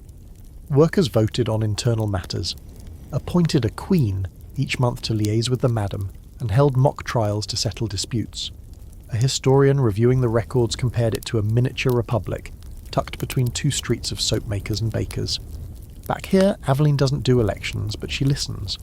When Whisper suggests a change to the nightly schedule, shifting performance hours to allow for more rest, Aveline adopts it within a day. When Elodie proposes shared childcare for girls with children, yes, some do, they build a soft room near the kitchen with pillows and toys. A volunteer watches them in shifts. We don't raise saints, Aveline says, but we raise survivors. You think about that sometimes, watching the children nap next to the same walls that echo with moans at night. There's no shame in it. No confusion, just two halves of the same world sharing a roof. The scholarly debate about spaces like this? It's thorny. Were brothels proto-feminist collectives or exploitative businesses with good PR? Depends on who you ask. Some see them as resilience factories, places where women gained income, influence, even pride. Others argue that autonomy inside a cage is still a cage. The brothel might offer power, but it's a power that lives under constant threat, of arrest, of disease, of being mistaken for something you're not. The girls, as usual, have their own take. Odette says, it's not freedom, but it's closer than marriage ever was. Clarice says, it's a job, but it's a job we run.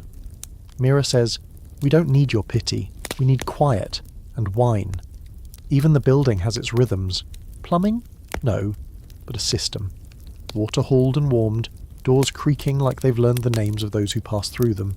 There's a broom that's older than most of the girls, a staircase that tilts just slightly, like it knows how many feet have stormed down it in rage or passion. You swear you once heard the walls sigh. Some nights are still rough. A client drinks too much. A girl breaks down. A merchant forgets himself and raises a hand. But the difference here is that no one stands alone.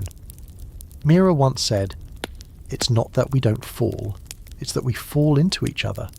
The brothel's reputation shifts again, now that it's survived the reformers. People speak of it with less scorn and more curiosity. Some call it the ladies' house. Others say it's haunted. By what? No one agrees. The truth is more grounded and more impressive. It's haunted by memory, by choices, by the sheer density of life lived within these walls. And outside, the red lamp glows steadily again, a beacon to those who know how to read it. Not just men, women too. People who need safety, silence, performance, escape. They come like pilgrims, wallets ready, sins intact. And the house takes them in. Not with forgiveness, not with judgment, but with tea, skin, warmth and rules. Sus. Because even desire needs order, and here, the order is female. By the end of the night, Mira locks the main door. Clarice stacks the books. Aveline flips the last page of her ledger and exhales. You sit in the courtyard, looking up at the sky, and it hits you. You came here to understand a brothel. What you found was a city, tucked behind a red lamp.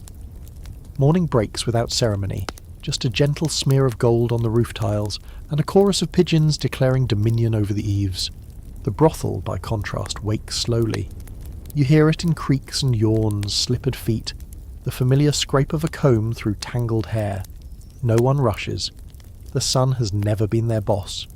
You sip your tea in the courtyard and let your mind wander through everything this place has become. What began as curiosity, or maybe voyeurism, has grown into something else. Understanding, perhaps. Respect. Definitely confusion. You've seen things here that challenge everything the outside world claims is true. About sin, about power, about women and the rules written around them. And that brings you to the most important truth of all. Nothing has really changed. Not in the world, anyway. Outside the walls, the church still preaches. Nobles still sin. Reformers still shout purity while buying privacy. The town still pretends not to see the red lamp. But here, inside this stitched-together house of velvet and vinegar, they've created something different, something durable. It bends with pressure, survives droughts of coin and floods of fear. You realise, with something like awe, that it's less like a house and more like a river. Desire doesn't go away when you legislate it. It flows around obstacles, builds new paths, learns to speak in coded languages and candlelight. That's the real secret. The one they don't put in the sermons or the edicts or the scribbled threats nailed to the door. Desire adapts. You remember what Aveline said months ago when the reformers first marched into town? They can shame us, tax us, even close our doors, but they'll never erase us. We existed before they wrote the word sin. We'll be here when it crumbles. And she's right. Here's your final historical fact. Despite repeated purges, closures and condemnations, brothels endured in every major European city throughout the medieval period and beyond. Sometimes they changed names, becoming bathhouses, inns or lodges. Sometimes they went underground, or aligned with guilds, or operated under the protection of powerful patrons.